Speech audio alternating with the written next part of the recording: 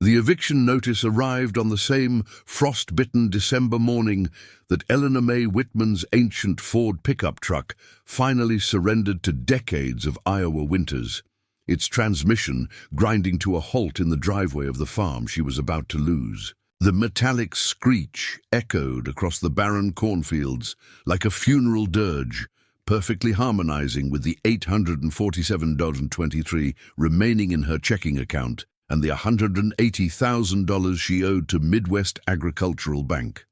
At 58, Eleanor had become a master of financial triage, juggling creditors with the same precision her late husband Thomas had used to rotate crops on their 240-acre spread. But even her carefully orchestrated system of payment plans and deadline extensions was crumbling under the avalanche of medical bills from Thomas's 18-month battle with lung cancer, a fight that had drained their life savings, mortgaged their future, and ultimately claimed the only man who'd ever called her beautiful. "Final notice," she whispered, her breath forming small clouds in the unheated kitchen as she stared at the red-stamped document. The December wind rattled the farmhouse windows, their single panes doing little to keep out the Iowa cold that seemed to seep into her bones these days. The kitchen where she stood had witnessed 5 generations of Whitman breakfasts, celebrations, and quiet conversations over coffee that stretched past midnight during harvest season. Now, it would witness the end of everything Thomas's great-great-grandfather had built when he'd claimed this land in 1847, fresh off the boat from County Cork, with nothing but determination and a hatred of English landlords. The irony wasn't lost on Eleanor that she was about to lose the farm to a bank owned by men who'd never felt Iowa soil beneath their fingernails or understood the particular heartbreak of watching corn wither during a drought summer. The morning had begun with such ordinary promise, the kind of December day that tricks you into thinking winter might be gentle this year.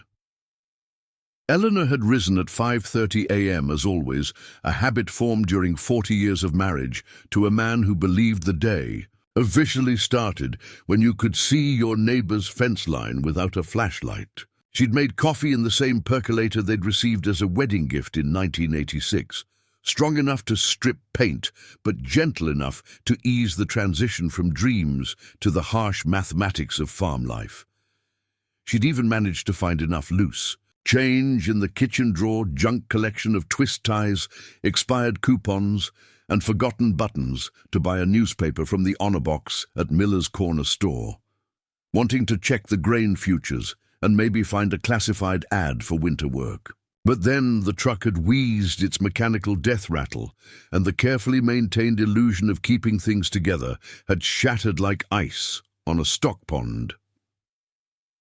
Jim Kowalski, at Kowalski's garage, had been brutally honest when she'd called from the kitchen phone, the rotary dial clicking with the same rhythm that had counted out decades of conversations.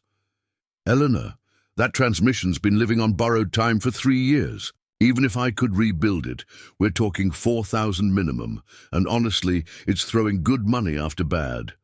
The engine's got maybe 6 months left, and I can see rust eating through the frame from here. $4,000 might as well have been $4 million. She'd thanked Jim, hung up, and stood in her kitchen calculating the impossible mathematics that had become her constant companion since Thomas's diagnosis. The funeral expenses had taken the last of their savings. The medical bills had claimed their modest retirement fund and forced a second mortgage on land that had been in Thomas's family for 6 generations. Farm equipment loan payment, $200 due tomorrow, already 2 months behind. Property taxes, $3,400 overdue with interest accumulating daily. Heating oil for the house, $340 a month during winter, and the tank was nearly empty. Electricity, phone, water all teetering on the edge of disconnection.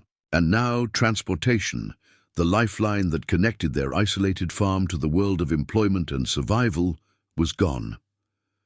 Her phone rang with a mechanical jangle that seemed too cheerful for the circumstances.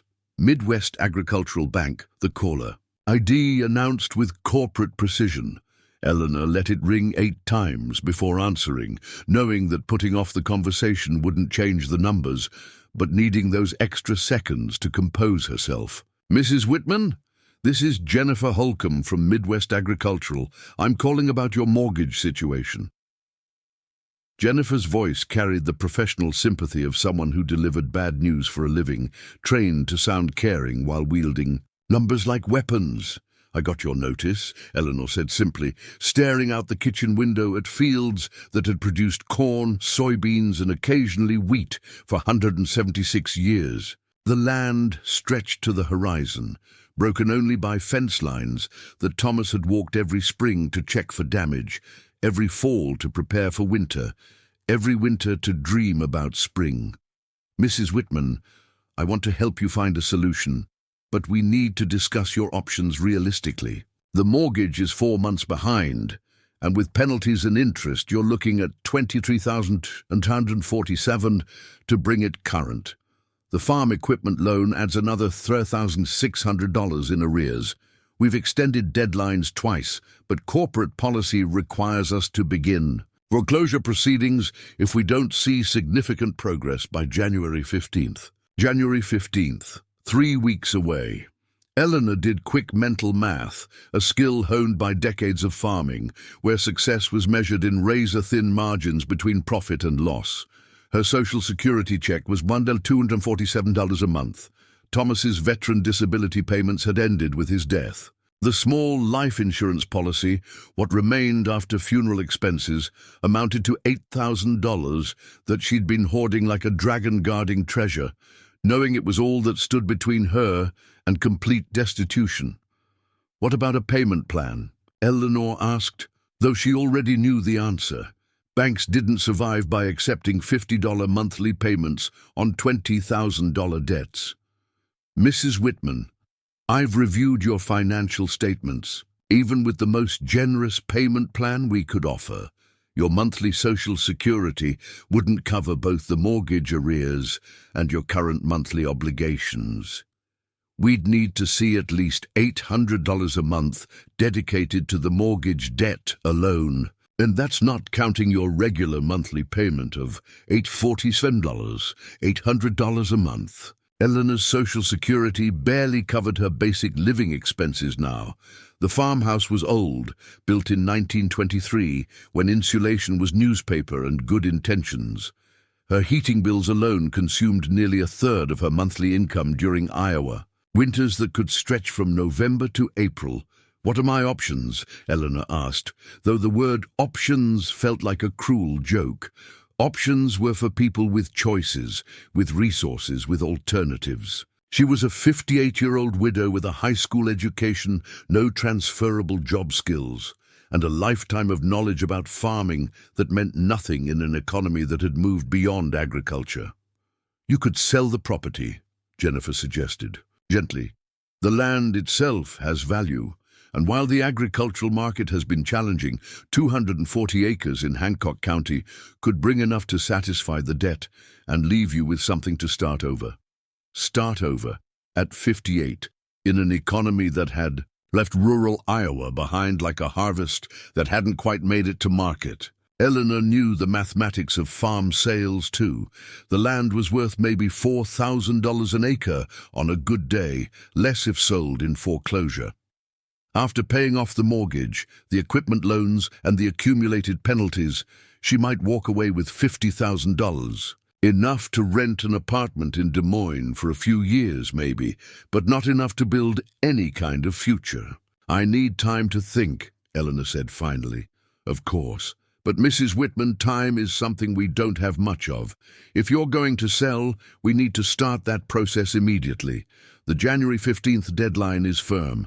After that, the decision gets taken out of both our hands."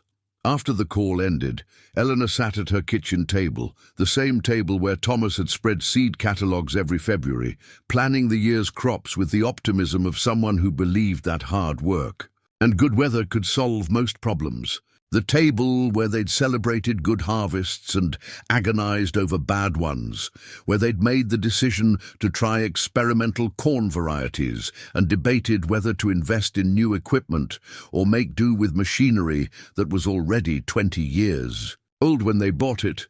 The silence in the house felt different now, heavier than the usual quiet of rural December. It was the silence of endings, of generations of family history about to be auctioned off to satisfy modern debts. Thomas had been the fifth generation to work this land. Their daughter Sarah lived in Seattle, building a career in software development that paid more in a month than the farm had ever made in a year. She'd offered to help, but Eleanor knew that Sarah had her own mortgage, her own student loans, her own future to secure. Eleanor pulled out a yellow legal pad, the same kind Thomas had used for crop planning, and began listing assets. The house would go with the land. The farm equipment was collateral for its own loans. The pickup truck was worthless, personal possessions barely worth a garage sale. Her wedding ring, Thomas's grandfather's pocket watch, a few pieces of furniture that had been passed down through the family. But there was one thing the bank didn't know about. One asset that wasn't listed on any financial statement or insurance policy. In the basement of the farmhouse, behind a false wall that Thomas had built in 1987 during a renovation project, sat 7 boxes of documents, photographs, and personal items that had belonged to his great-great-grandfather, Colonel Jeremiah Whitman of the 14th Iowa Volunteer Infantry Regiment. Thomas had been fascinated by family history, spending winter evenings reading through Jeremiah's letters, trying to decipher faded handwriting and piece together stories of Civil War battles and long marches through hostile territory. Eleanor had listened to him read excerpts aloud, tales of Vicksburg and Atlanta, of soldiers far from home, fighting for causes they barely understood but believed in completely.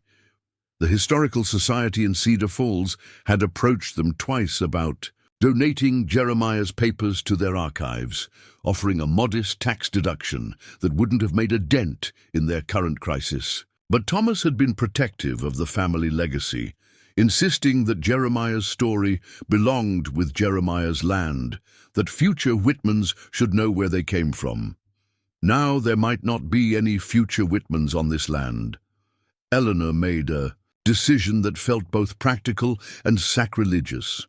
She would go through Jeremiah's papers one more time, see if there was anything of historical or monetary value that could help bridge the gap between financial catastrophe and survival. Maybe a historically significant letter that a collector would pay for. Maybe documents that a Civil War museum would purchase. She descended into the basement, past the ancient furnace that wheezed like an asthmatic giant, past the shelves of canned vegetables from gardens that would never be planted again, past the workshop where Thomas had repaired equipment and built the projects that kept a century-old farmhouse functional. The false wall was hidden behind a bookshelf loaded with farming journals and equipment manuals, invisible unless you knew exactly where to look. Eleanor had helped Thomas move the heavy shelf dozens of times over the years, accessing the hidden space to add new documents or retrieve old ones for his research. The 7 boxes were exactly as they'd left them, protected from moisture by plastic wrapping and organized with the methodical precision of a man who understood that preservation required planning. Box 1 contained Jeremiah's military records, discharge papers, and commendations. Box 2 held his personal correspondence, letters to and from his wife Margaret, his parents, his children. Boxes 3 and 4 contained photographs, maps, and military documents. Box 5 held personal effects, medals, buttons, pieces of equipment. Box 6 contained financial records, property deeds, and business correspondence. Box 7, the one Eleanor had never paid much attention to during Thomas's research sessions, contained what appeared to be personal journals and notebooks. Thomas had always said Jeremiah was a meticulous record keeper, documenting everything from weather patterns to troop movements to detailed descriptions of terrain and local resources. Eleanor opened box 7 with the systematic thoroughness of someone who understood the desperation required attention to detail. The first journal contained daily entries from Jeremiah's service with the 14th Iowa, routine observations about Army life, complaints about food and weather, descriptions of marches and camps, standard material for a Civil War soldier's diary. But the second journal was different. The handwriting was more careful, the entries longer and more detailed. It appeared to cover the period immediately after Jeremiah's discharge in 1865, when he returned to Iowa to claim his land and start his family. Eleanor read entries about purchasing farm equipment, negotiating with neighbors, planning the construction of the original farmhouse. Then she found an entry that made her stop reading and reread the passage 3 times to make sure she understood correctly. The date was September 15th, 1867, and Jeremiah's careful handwriting described an encounter that had never appeared in any of the family stories Thomas had shared. Met today with Captain Morrison from the 3rd Missouri. He brings troubling news. From our final campaign, the matter we agreed never to discuss has become a burden too heavy for silence. Morrison confirms that the others have kept their word, but circumstances force us to consider whether our oath serves honor or conceals injustice. The weight we buried at Sweetwater Creek may rest easier if the truth rests with it. I have made detailed maps and records should conscience or necessity require action. Margaret knows nothing of this, and God willing, she never will. But if something happens to me, if disease or accident claims me before old age, I have left instructions that will honor both our promise and our duty. Eleanor's hands trembled slightly as she turned the pages, looking for more references to Sweetwater Creek, to Captain Morrison, to whatever weight had been buried. The next relevant entry was dated October 3rd, 1867. Morrison visited again. The others are scattered now, but 3 have written to express concern. Jenkins speaks of dreams that give him no peace. Calloway has consulted his pastor about matters of conscience. We agreed to keep our silence, but war changes men in ways they don't expect. What seemed right in 1865 feels different now. I've completed the detailed survey and hidden the maps where Margaret will never find them, but where they might be recovered if necessity demands. If God grants me a long life, perhaps I will destroy them. If he calls me home early, perhaps he intends them to serve his justice. Eleanor felt her heart racing, though she wasn't sure if it was excitement or anxiety. She continued reading, finding scattered references over the next several months to maps, to promises, to something hidden that weighed on Jeremiah's conscience. Then, in an entry dated March 22nd, 1868, she found the detail that changed everything. Received word that Morrison died of fever in St. Louis. Jenkins was killed in a farming accident near Kansas City. Of the 7 who knew, only 4 remain, and one of those Patterson has taken to drink and speaks too freely when whiskey loosens his tongue. I fear the secret will not die with us as planned.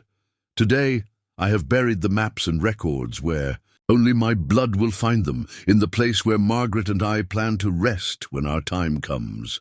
Should my descendants ever face grave need, perhaps what we hid at Sweetwater Creek will provide for them.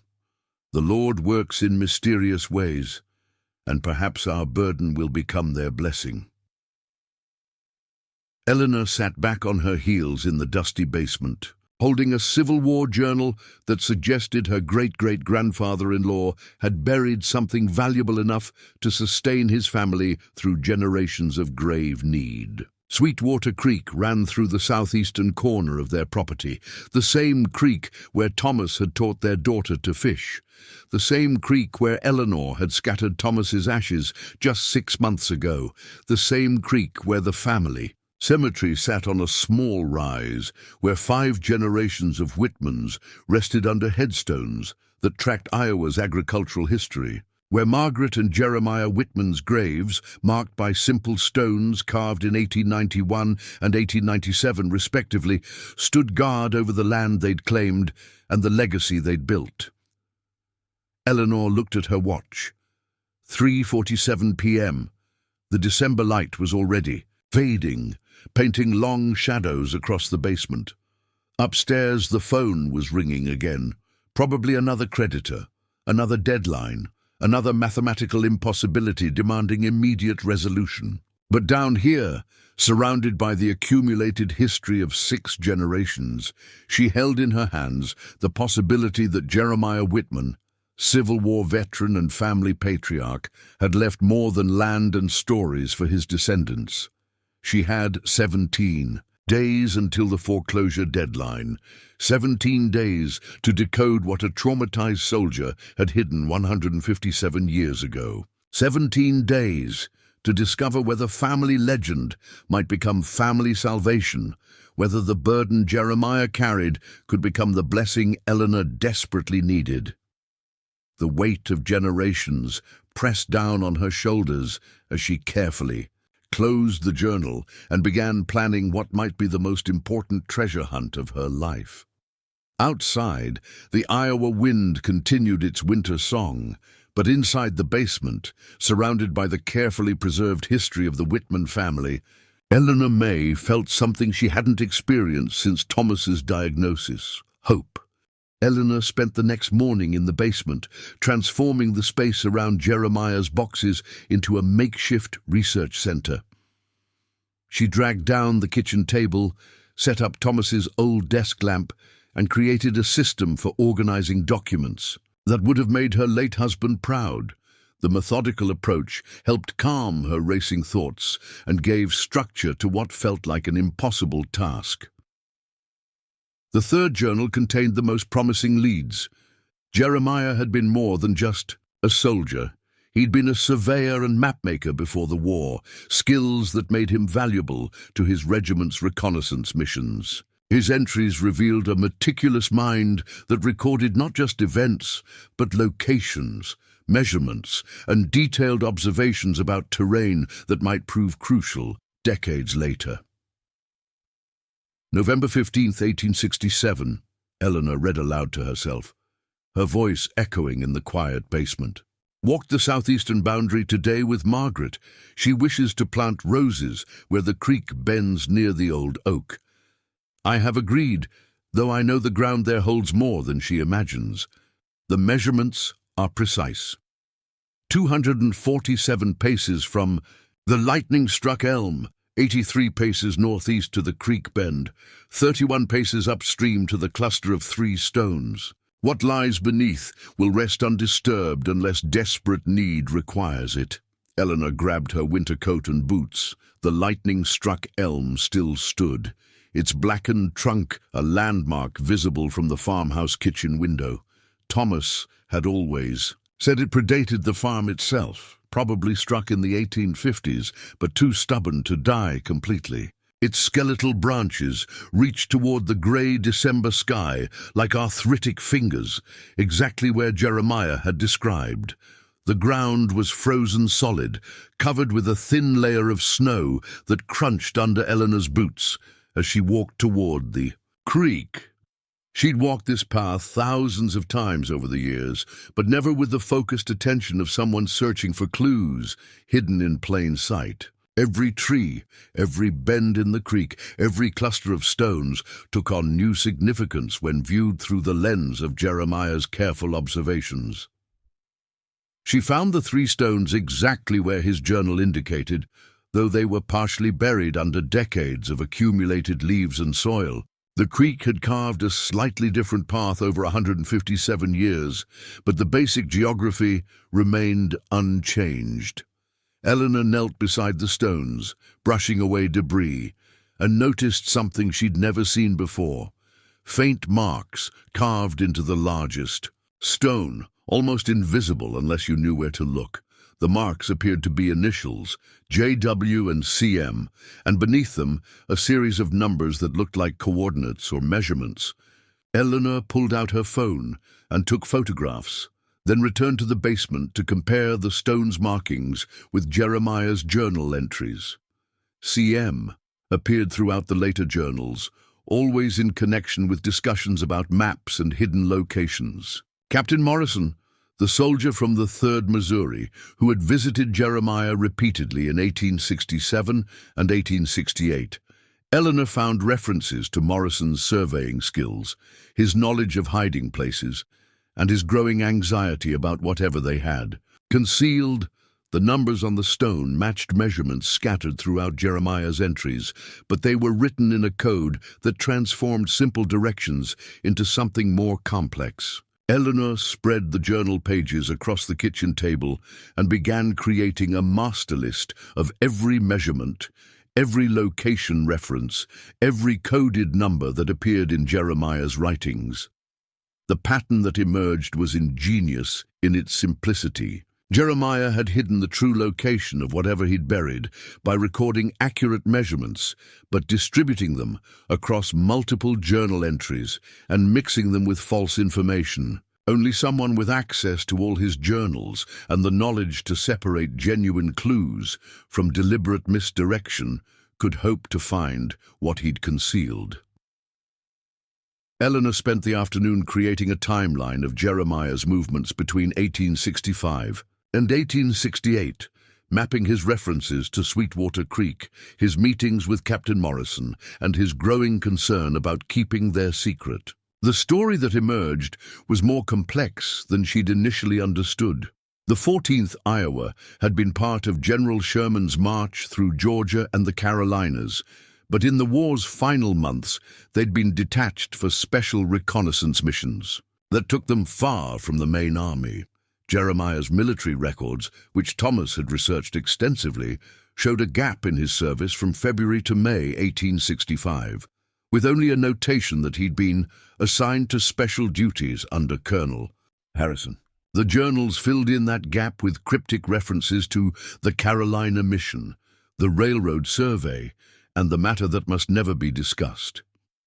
Eleanor found fragments of a story about a small unit of soldiers tasked with mapping Confederate supply routes and hidden resources, work that had taken them deep into enemy territory during the war's chaotic final months. March 8, 1865, she read from the 4th Journal. Morrison reports success at the depot. The maps are accurate, the location secure. What the rebels abandoned in haste will serve the Union cause, though not in the way they intended. 7 of V. Know the truth, 7, who swore to keep silence until the war's end. Now that peace comes, the burden of knowledge weighs heavy. Gold that was meant to fund rebellion may yet serve reconstruction, if we can reconcile duty with conscience. Eleanor's pulse quickened. Gold. Not family heirlooms or historical artifacts, but actual gold that Confederate forces had abandoned during their retreat. Gold that 7 Union soldiers had discovered and hidden, intending to turn it over to authorities once the war ended. But something had gone wrong with their plan. She found the explanation in an entry dated July 14, 1865. Word reaches us that Colonel Harrison died of wounds received at Bentonville. The man who gave us our orders, who knew of our mission, takes his knowledge to the grave. The official records show our unit was disbanded in April, our special assignment completed. But we 7 know the truth. There is no official record of what we found, no superior officer to whom we can report. We are left to decide what justice requires. The 7 soldiers had faced an impossible choice.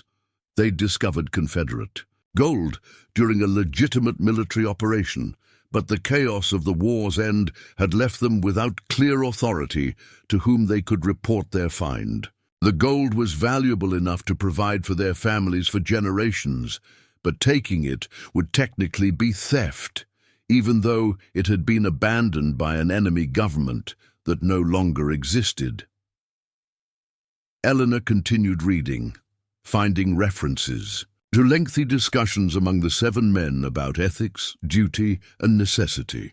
They'd finally reached a compromise that satisfied their consciences. They would hide the gold temporarily, keep detailed records of its location, and revisit the question after they'd all returned to civilian life and could think clearly about their obligations. But civilian life had proven more complicated than military service. The 7 men had scattered across the country, pursuing different paths and facing different challenges. Some prospered, others struggled. Some maintained their idealism, others became cynical. The temporary hiding place had become permanent as years passed, and consensus became impossible. January 19th, 1868. Eleanor read from the final journal. Received Morrison's last letter before his death. He writes of dreams where rebel gold feeds Union widows, where stolen wealth becomes honest charity. Perhaps he was right that our burden could become others' blessing. I have made my decision. The gold will remain hidden until my family faces genuine need so great that the sin of taking becomes less than the sin of letting families suffer. If that day comes, they will find not just gold, but the record of how it came to be theirs, so they may judge whether to keep it or surrender it to whatever authority seems just. Eleanor sat back in her chair, overwhelmed by the implications of what she'd discovered. Jeremiah Whitman, her late husband's great-great-grandfather, had been one of 7 Union soldiers who discovered Confederate gold during the Civil War's final months. Unable to agree on what to do with their find, they'd hidden it with the intention of making a group decision later. But death and distance had prevented that decision, leaving each man to wrestle with his own conscience. Jeremiah had chosen to hide the gold near his Iowa farm, creating detailed maps and records for his descendants to find in case of genuine need. Eleanor looked around the farmhouse that was about to be foreclosed, thought about her empty bank account and her broken truck, and wondered if her current circumstances qualified as the kind of desperate need Jeremiah had anticipated. But the ethical questions that had tormented 7 Civil War veterans weren't solved by the passage of 157 years. If the gold existed, if she could find it, did she have the right to claim it? The Confederate government that had originally owned it no longer existed. The Union government that might have claimed it as spoils of war had never been informed of its existence. The 7 soldiers who discovered it were all dead, their families scattered to the winds. Eleanor spent the evening researching Civil War history, trying to understand the legal and ethical implications of abandoned Confederate treasure. The Internet provided more questions than answers. Lawyers debated the statute of limitations on wartime claims. Historians argued about the ethics of battlefield salvage. Treasure hunters posted theories about lost Confederate gold that made Eleanor's discovery seem almost mundane by comparison.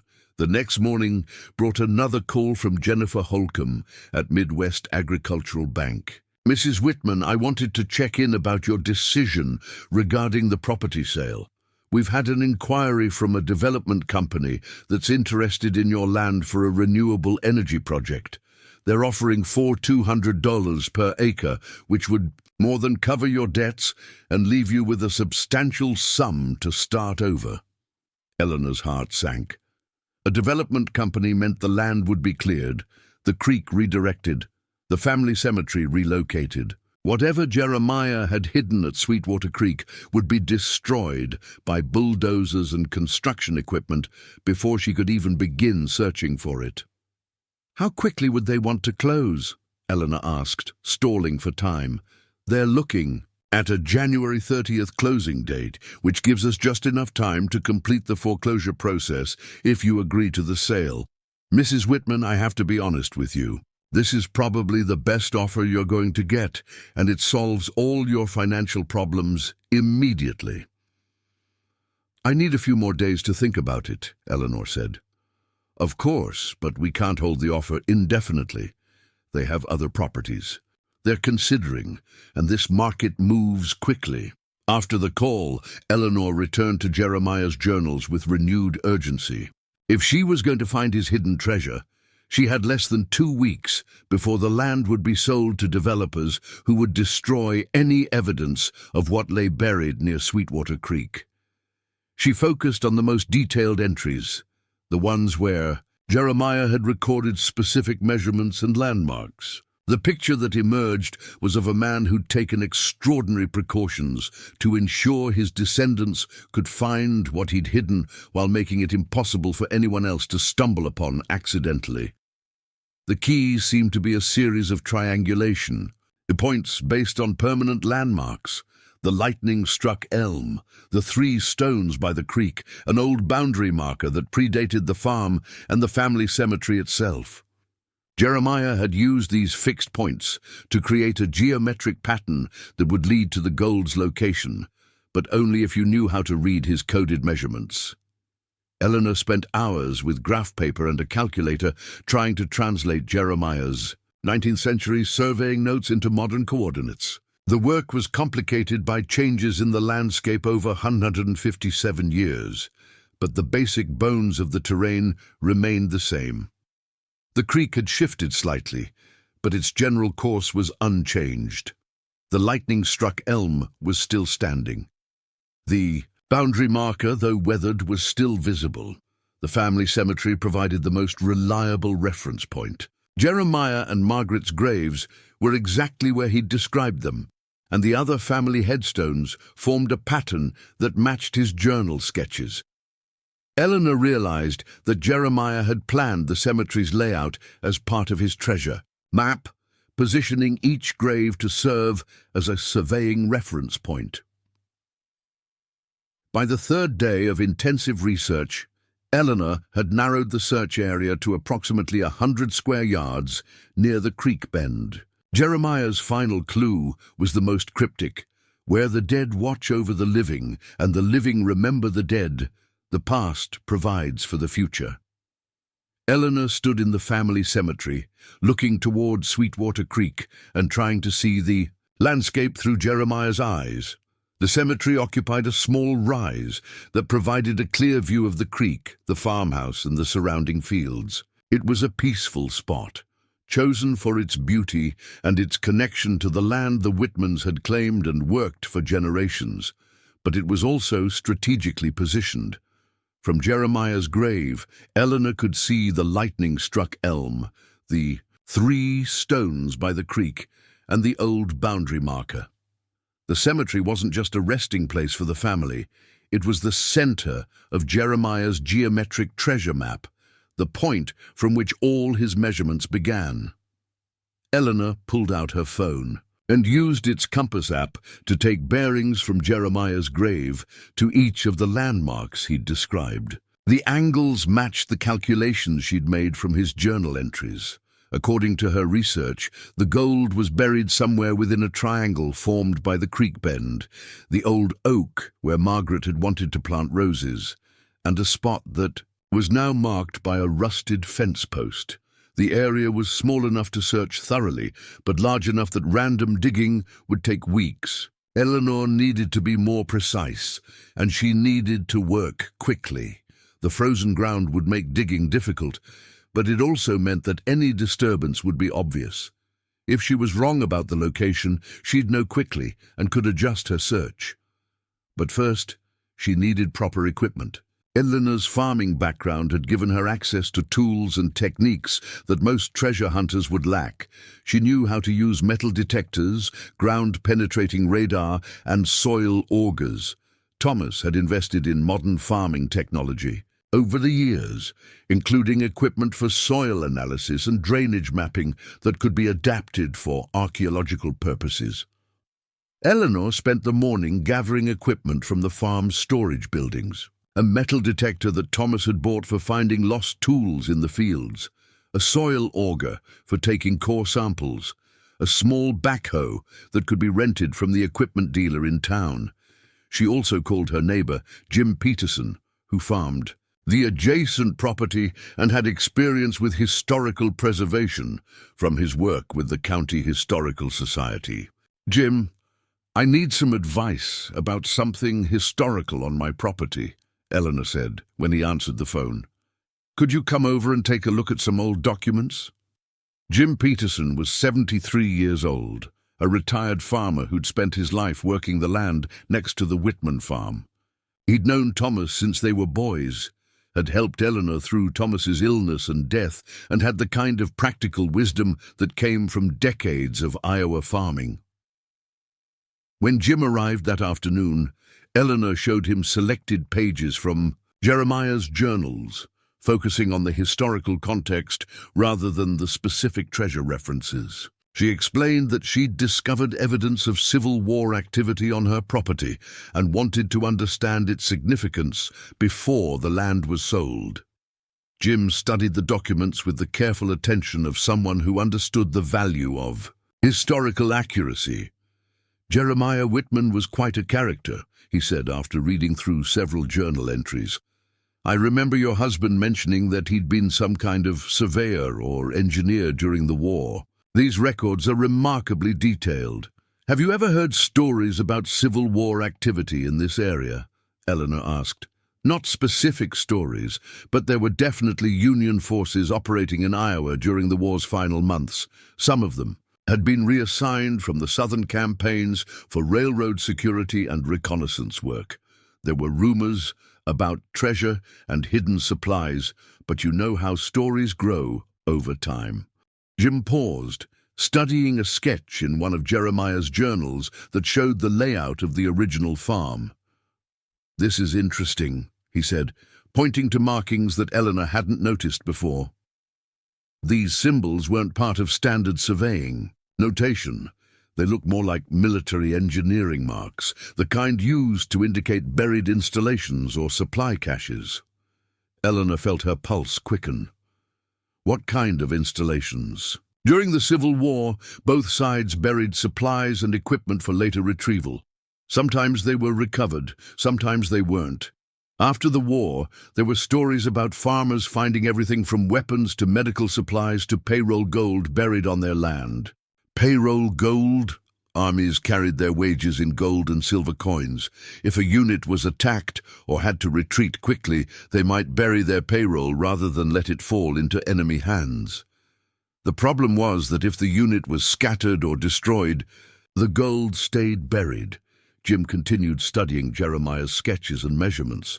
These notations suggest that Jeremiah knew about something buried on this property.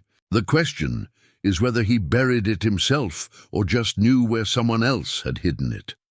Eleanor made a decision that felt both necessary and terrifying.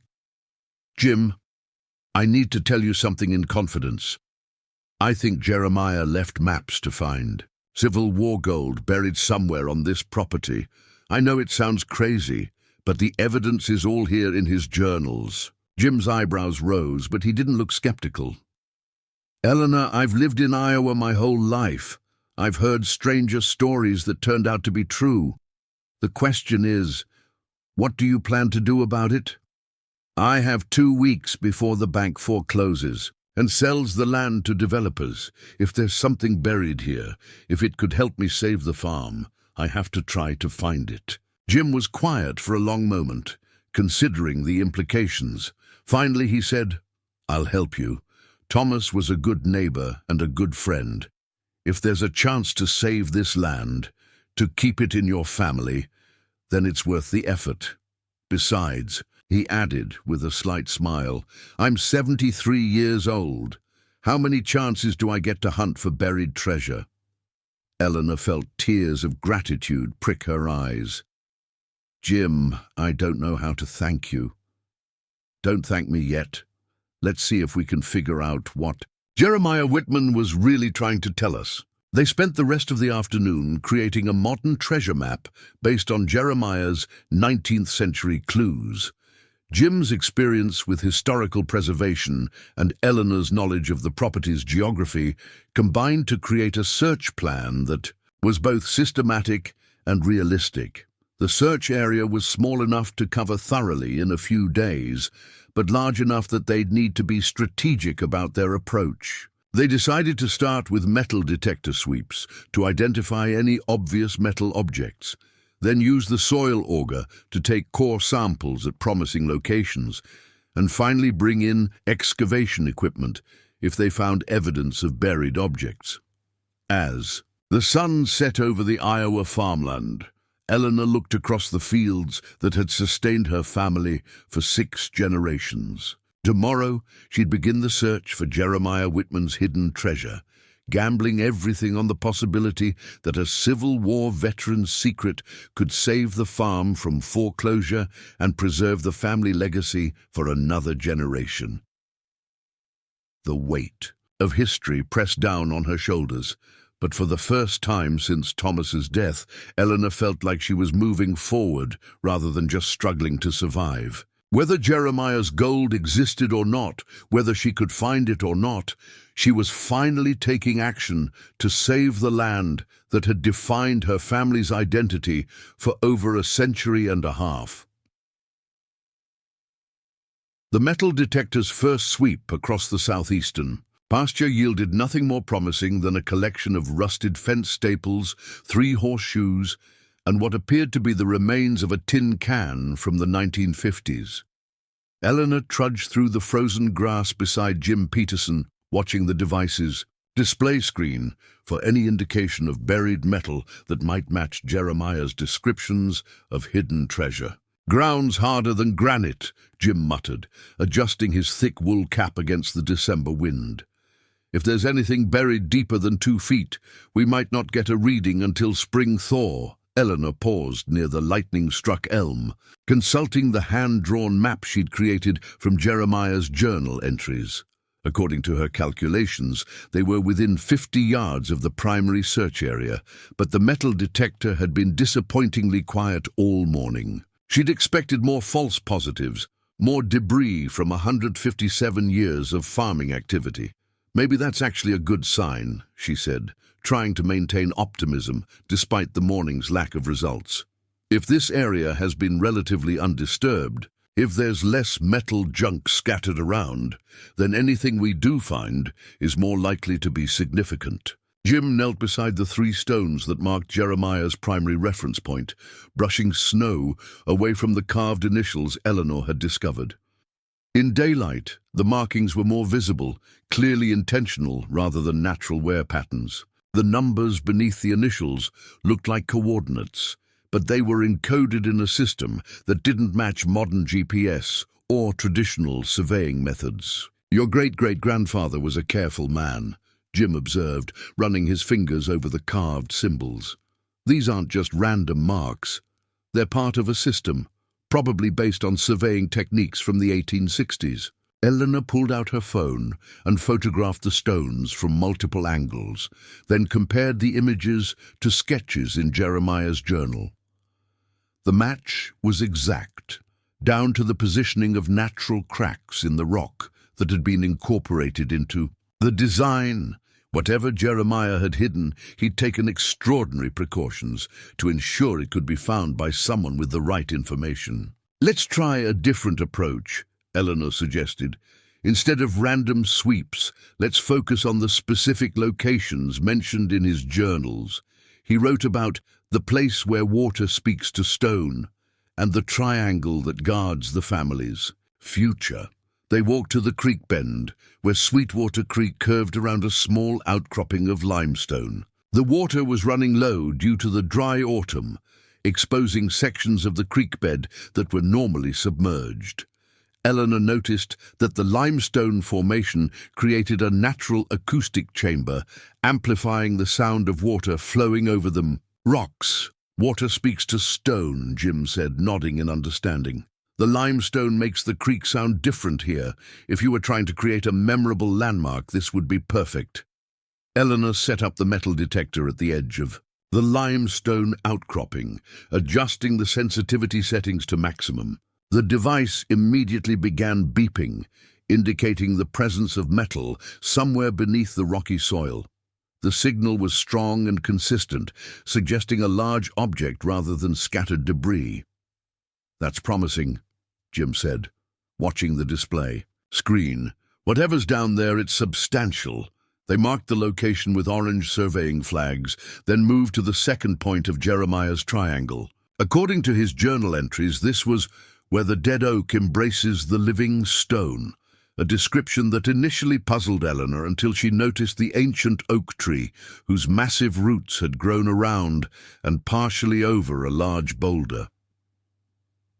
The tree was dying, its bark scarred by decades of Iowa weather, but its root system was still intact. The boulder was partially buried, with only its upper portion visible above ground level. Eleanor realized that in Jeremiah's time, both the tree and the stone would have been prominent landmarks, easily visible from the creek and the farmhouse. Tequil. Metal detector's response near the oak was different from the first location. Instead of a single strong signal, it detected multiple smaller objects scattered across an area about 10 feet square. The pattern suggested deliberate placement rather than random accumulation. "This is where he buried the supporting materials," Eleanor said, studying the detector's readings. Jeremiah wrote about hiding tokens of proof and records of provenance. Separate from the main cache, he wanted to ensure that anyone who found the treasure would also find documentation of its origin. Jim helped Eleanor mark the second location, then they moved to the third point of the triangle. This was the most cryptic of Jeremiah's references, where the future rests upon the past and the past provides for the future. Eleanor had initially interpreted this as a reference to the family cemetery, but standing in the actual location, she realized it meant something more specific. The third point was located at the intersection of two old fence lines, where a boundary marker from the original land survey still stood. The marker was a carved stone post, weathered but still readable, marking the southeastern corner of the original Whitman homestead. Eleanor realized that Jeremiah had chosen this spot because it represented the legal foundation of the family's claim to the land. The metal detector's response at the boundary marker was the strongest yet. The signal indicated a large metal object buried approximately 4 feet underground, directly beneath the carved stone post. Eleanor felt her heart racing as she realized the implications. "He buried it right under the property marker," she said, her voice barely above a whisper. "The gold is literally beneath the legal foundation of the farm." Jim was studying the detector's readout with the careful attention of someone who understood the significance of what they'd discovered. "Eleanor, this signal is different from the others. It's not just metal. It's a lot of metal, probably in a container of some kind. This could be exactly what we're looking for." They spent the rest of the morning taking precise measurements and photographs, documenting the exact location of each signal before beginning any excavation. Eleanor's farming background had taught her the importance of thorough preparation, and she wasn't about to rush into digging without proper planning. "We need to be systematic about this," she said, pulling out graph paper to create a detailed map of their findings. "If we're going to excavate, we need to know exactly where we're digging and what we expect to find." Jim agreed, suggesting they start with the boundary marker location since it had produced the strongest metal detector reading. "If there's gold buried here, that's where we're most likely to find it. The other locations might contain supporting materials or decoy caches." Eleanor felt a mixture of excitement and anxiety as they prepared for the next phase of their search. The metal detector results were promising, but she knew that buried metal could be anything from Civil War treasure to modern farm equipment. The only way to know for certain was to dig. That afternoon, Eleanor called the equipment rental company in Cedar Falls to arrange for a small excavator that could handle the frozen ground. The owner, Dave Schultz, had known Thomas for years and was sympathetic to Eleanor's situation. "Heard about your troubles with the bank," Dave said, when Eleanor explained what she needed. "I can rent you the compact excavator for half price, considering the circumstances. But Eleanor, what are you digging for in the middle of winter?" Eleanor had prepared a cover story that was technically true without revealing the full scope of her treasure hunt. "I'm doing some historical research on the property before it's sold. There might be artifacts from the original homestead that should be preserved. A historical research in December? Dave sounded skeptical but not unfriendly. Well, it's your money. I can have the machine delivered tomorrow morning, but you'll need someone certified to operate it. Jim volunteered to handle the excavator, mentioning that he'd operated similar equipment during his farming years. Eleanor was grateful for his continued support, but she also worried about the growing complexity of their operation. What had started as a private search for family history was becoming a more public endeavor that would be difficult to keep secret. That evening, Eleanor returned to Jeremiah's journals, looking for any additional clues that might help them locate the treasure more precisely. She found references to the burden that weighs 847 pounds and the gold that speaks of southern shame and northern guilt, descriptions that suggested the treasure was substantial enough to make a real difference in her financial situation. She also found more detailed information about the other 6 soldiers who had been part of the original discovery. Captain Morrison from the 3rd Missouri had been the leader of their group, but Jeremiah had been the surveyor responsible for mapping the hiding place. The other 5 men had scattered across the country after the war, but Jeremiah had maintained correspondence with several of them until their deaths. One letter, copied into Jeremiah's journal, provided additional context about the nature of their find. "The rebel depot contained more than we initially realized," wrote someone identified only as S.J. "The gold was intended to fund Confederate operations in the West, but the war ended before it could be transported. What we found was not just coins, but ingots, jewelry, and other valuables that had been collected throughout the South." Eleanor calculated that 847 pounds of gold would be worth approximately $15 million at current market prices, far more than enough to pay off the farm's debts and secure her financial future. But she also knew that finding the gold was only the beginning of her challenges. She'd have to prove its legal ownership, deal with potential historical preservation requirements, and navigate the complex legal questions surrounding Civil War artifacts. The next morning arrived grey and cold, with a forecast that promised snow before evening. Eleanor and Jim met at the boundary marker location, where the equipment rental truck was already waiting with the compact excavator. Dave Schultz had personally delivered the machine, along with his teenage son, who would help with the initial setup. "You sure you know what you're doing out here?" Dave asked as Jim climbed into the excavator's cab. "Ground's frozen solid, and there's weather coming in." "We'll be careful," Eleanor assured him. "Just some preliminary excavation to see if there's anything worth preserving." Dave and his son left after a brief demonstration of the excavator's controls, but Eleanor noticed that Dave kept glancing back toward their operation as he drove away. She realized that their activity was becoming visible to neighbors and passers-by, making it harder to maintain privacy about their search. Jim proved to be skilled with the excavator, carefully removing frozen topsoil from around the boundary marker. They decided to dig an exploratory trench rather than a large hole, hoping to locate the source of the metal detector signal without disturbing too much of the surrounding area. 2 feet down, the excavator's bucket struck something solid. Jim shut off the engine and climbed down to examine what they'd found. Embedded in the frozen clay was the corner of what appeared to be a wooden crate, its edges reinforced with metal bands that had triggered the metal detector.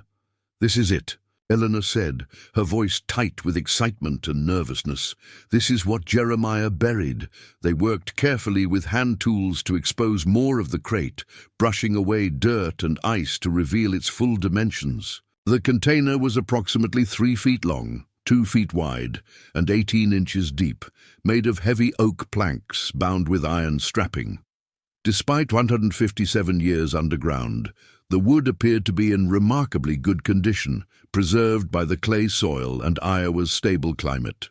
Eleanor found a brass plate attached to one end of the crate, green with age, but still legible.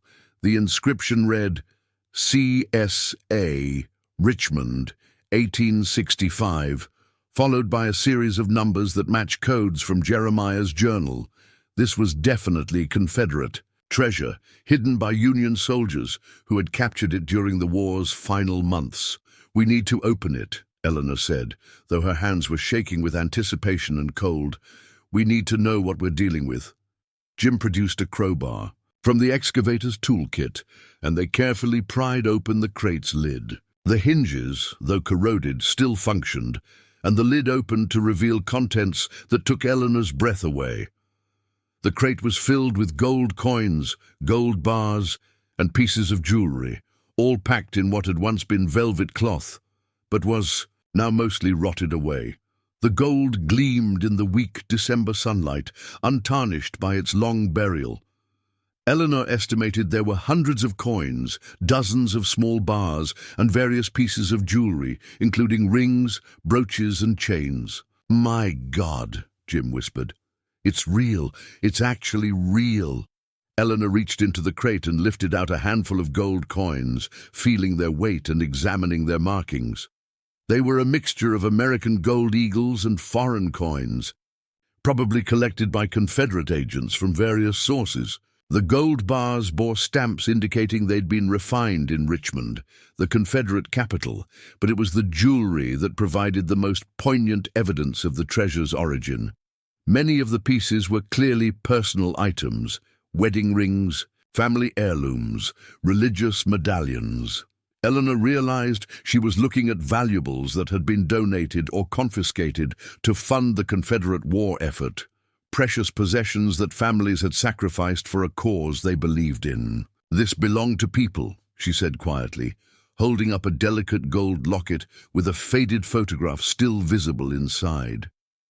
"These were somebody's treasures before they became war spoils." Jim nodded solemnly. "That's probably why Jeremiah and his friends had such a hard time deciding what to do with it. This isn't just gold. It's people's lives, their histories." Eleanor closed the locket and placed it carefully back in the crate. The ethical questions that had tormented 7 Civil War veterans suddenly felt very real and immediate. This treasure represented not just financial salvation, but moral complexity that she hadn't fully considered. As they stood beside the open crate, snow began to fall. Large flakes that would soon cover their excavation site. Eleanor realized they needed to make immediate decisions about what to do with their discovery. They couldn't leave the gold exposed to weather or potential theft, but they also couldn't simply take it without considering the legal and ethical implications. "We need to secure this," Eleanor said, looking at the gathering storm clouds. "We need to document everything properly and then decide what to do next." Jim helped her photograph the crate's contents from multiple angles. Then they carefully replaced the lid and covered the excavation site with a tarp. The treasure that Jeremiah Whitman had hidden 157 years ago was finally revealed. But Eleanor's journey was just beginning. The gold that could save her farm also carried the weight of history and the burden of moral responsibility that had kept 7 soldiers awake at night during the Reconstruction era. As they packed up their equipment and prepared to leave a site, Eleanor thought about Jeremiah's final journal entry. If that day comes, they will find not just gold, but the record of how it came to be theirs, so they may judge whether to keep it or surrender it to whatever authority seems just. The day had come, the gold was found, but the question of what justice required remained as complex as it had been in 1868. Eleanor had discovered the treasure, but she still had to decide whether claiming it was right, and whether the salvation it offered was worth the moral burden it carried. Eleanor spent the night pacing her kitchen, unable to sleep despite the exhaustion of the day's discovery. The gold crate sat in her basement, moved there under cover of darkness with Jim's help, but its presence filled the entire house with an electric tension that made rest impossible. Every creak of the old farmhouse made her jump, every car passing on the distant county road made her peer through the curtains to ensure no one was watching. She'd counted the treasure 3 times. each count yielding the same remarkable total: 412 gold coins of various denominations, 67 small gold bars weighing approximately 2 pounds each, and 28 pieces of jewelry, including rings, brooches, chains, and the haunting locket with its faded photograph. The conservative estimate placed the collection's value at just over $2.3 million, enough to pay off every debt, save the farm, and provide financial security for the rest of her life. But the more Eleanor studied the individual pieces, the more complicated her feelings became.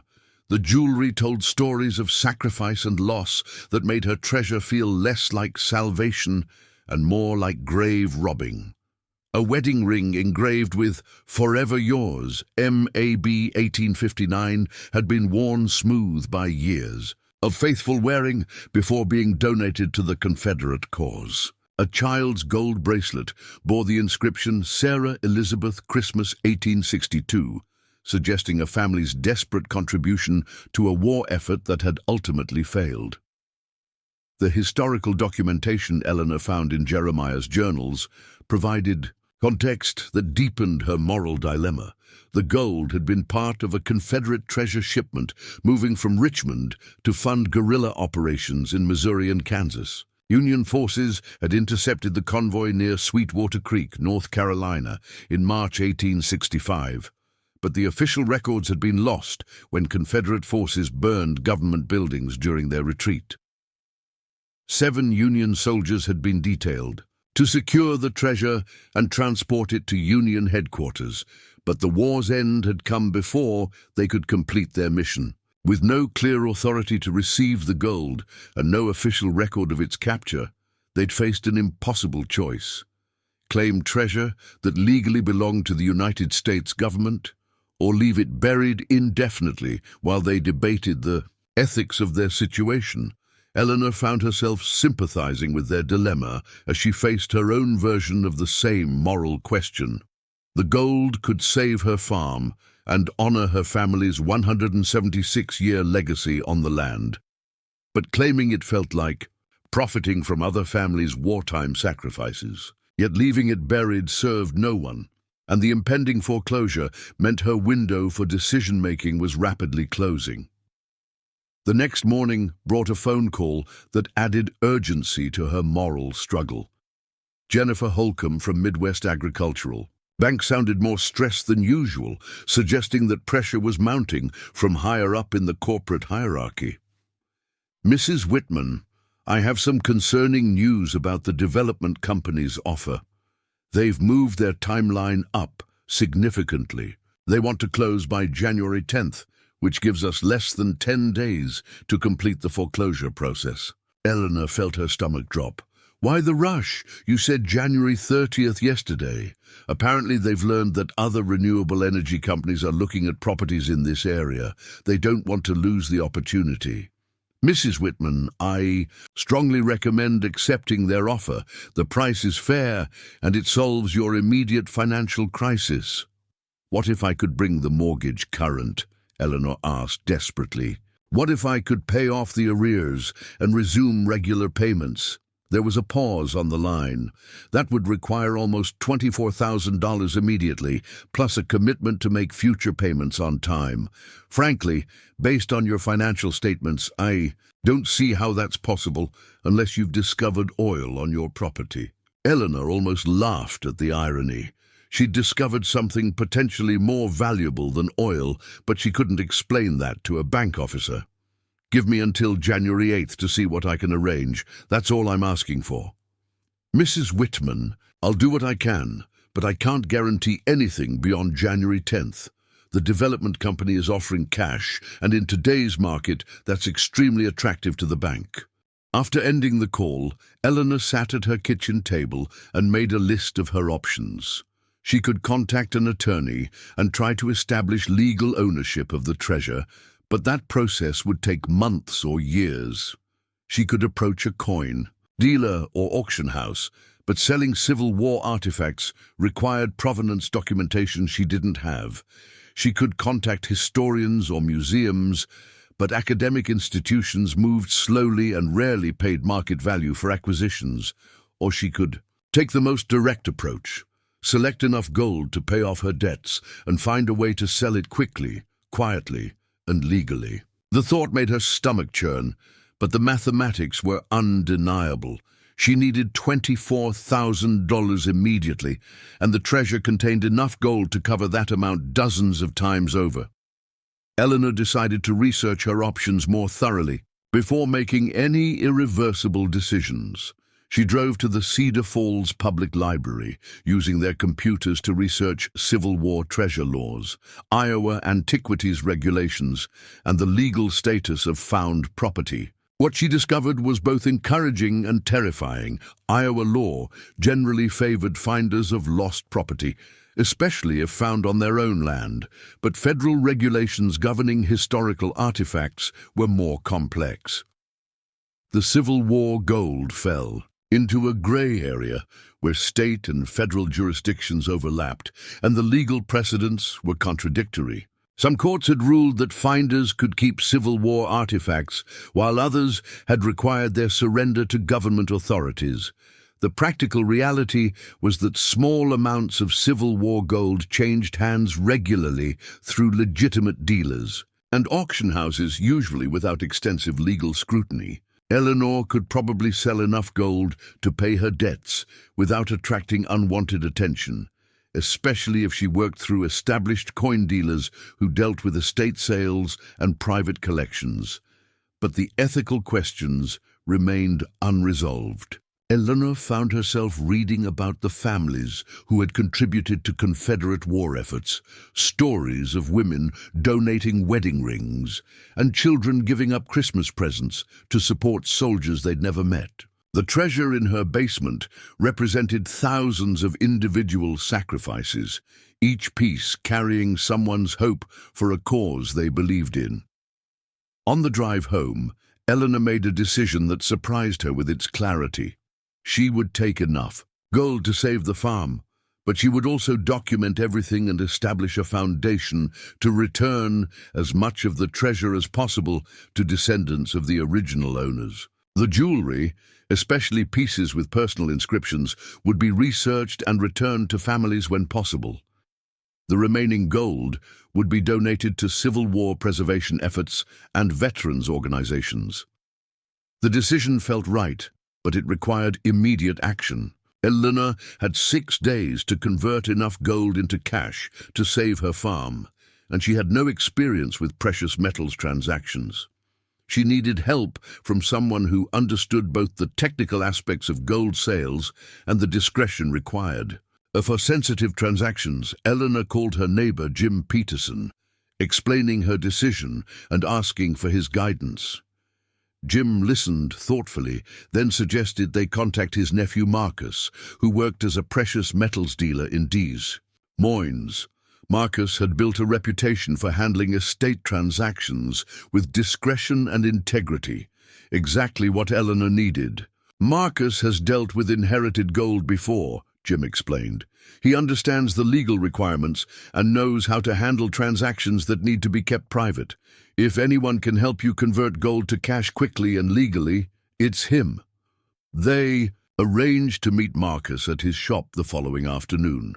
Eleanor selected what she estimated was $30,000 worth of gold coins and small bars, focusing on pieces without personal inscriptions or obvious family significance. She packed them in a small suitcase, along with photocopies of relevant pages from Jeremiah's journals to establish provenance. The drive to Des Moines felt like a journey between two different worlds. Eleanor left behind the rural landscape of her family's farm, with its familiar rhythms and traditional values, and entered the urban environment of commerce and negotiation. The precious metal shop occupied a nondescript storefront in a strip mall, its windows covered with security film and its entrance guarded by multiple locks and cameras. Marcus Peterson was a younger version of his Uncle Jim, with the same practical demeanor and honest eyes. He examined Eleanor's gold with professional expertise, using electronic scales and testing equipment to verify purity and weight. His assessment confirmed Eleanor's estimates about value, but his questions about provenance made her nervous. "This is definitely Civil War-era gold," Marcus said, examining one of the coins through a magnifying glass. "The Richmond mint marks and the wear patterns are consistent with 1860s Confederate treasure." "Where did you say you found this?" Eleanor had prepared a story that was technically true, without revealing the full scope of her discovery. "It was buried on my family's farm, along with documents suggesting it was hidden by my great-great-grandfather. During the Civil War, he was a Union soldier who apparently acquired it during the final months of the war." Marcus nodded, making notes on a legal pad. "That's not uncommon. A lot of Union soldiers brought home Confederate gold as spoils of war. The legal status is usually clear if it was found on family property and you have documentation of family connection." "What about the sale?" Eleanor asked. "How do I convert this to cash legally?" "I can purchase the gold from you at current market rates, minus my commission," Marcus explained. "The transaction will be reported to the IRS as required by law, and you'll receive proper documentation for tax purposes. The total value here is approximately $28,000, which means I can pay you $25,200 after my fees and commissions." Eleanor felt relief wash over her. $25,000 would cover her mortgage arrears and provide a small buffer for future expenses. More importantly, the transaction would be completely legal and properly documented, eliminating any concerns about improper sale of historical artifacts. "There's one more thing," Marcus added. "Given the historical significance of this gold, you might want to consider donating some of it to a museum or historical society. The tax benefits could be substantial, and it would ensure the artifacts are preserved for future generations." Eleanor explained her plans to establish a foundation for returning the treasure to descendant families and supporting Civil War preservation efforts. Marcus was enthusiastic about the idea, suggesting that he could help her navigate the legal requirements for such an organization. They completed the transaction that afternoon, with Eleanor receiving a certified check for $25,200 and proper documentation for her records. The gold she'd selected represented less than 5% of the total treasure, but it was enough to save her farm and provide the breathing room she needed to develop a comprehensive plan for the remaining artifacts. The drive home felt different, lighter somehow. Eleanor had crossed a moral threshold by selling part of the treasure, but she'd done so in a way that felt ethical and responsible. The money would save her family's farm and preserve the land where Jeremiah had hidden his burden of Civil War gold. The remaining treasure would be used to honor the memory of those who had sacrificed for causes they believed in. But Eleanor's relief was tempered by the realization that her actions had created new challenges. She now possessed a substantial amount of Civil War gold, had sold a portion of it for significant money, and had committed to establishing a foundation to manage the remaining artifacts. Each of these developments would require careful planning and ongoing attention to legal and ethical considerations. The next morning, Eleanor called Jennifer Holcomb at Midwest Agricultural Bank to arrange payment of her mortgage arrears. Jennifer's surprise was audible when Eleanor explained that she'd received an unexpected inheritance that would allow her to bring the mortgage current immediately. "That's wonderful news, Mrs. Whitman," Jennifer said, though her tone suggested confusion about the sudden change in Eleanor's financial situation. "We'll need to seize certified funds, but assuming everything checks out, we can halt the foreclosure proceedings immediately." Eleanor arranged to deliver the check that afternoon, feeling a mixture of triumph and exhaustion as she prepared to save her farm with Civil War gold discovered in her own backyard. The treasure that 7 Union soldiers had hidden 157 years ago was finally serving its intended purpose, providing for their descendants in times of desperate need. But as Eleanor looked across the fields that would remain in her family's hands, she knew that claiming the gold had created as many challenges as it had solved. She now possessed a historically significant treasure that came with moral obligations and legal responsibilities. The easy part was over. The hard work of managing her discovery ethically and responsibly was just beginning. The phone rang as she was preparing to leave for the bank. The caller ID showed a number she didn't recognize, but when she answered, the voice was familiar and unwelcome. "Mrs. Whitman, this is Dave Schultz from the equipment rental company. I hope you don't mind me calling, but I've been thinking about your excavation project, and I'm curious about what you found." Eleanor's blood ran cold. She'd forgotten that Dave had seen their operation, had witnessed the careful excavation process that looked nothing like routine historical research.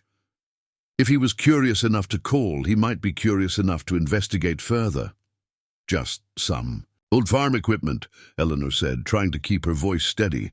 "Nothing particularly interesting." "That's funny," Dave replied, "because I was talking to Jim Peterson this morning and he seemed pretty excited about something. Said you'd made a discovery that was going to change everything for you. I'm just wondering if there's a story there that might be worth sharing." Eleanor realized that her secret was no longer secret, that the network of small-town relationships and conversations had already begun spreading news of her discovery. The treasure that was supposed to solve her problems had created new ones, and she was about to learn that keeping Civil War gold secret was much harder than finding it.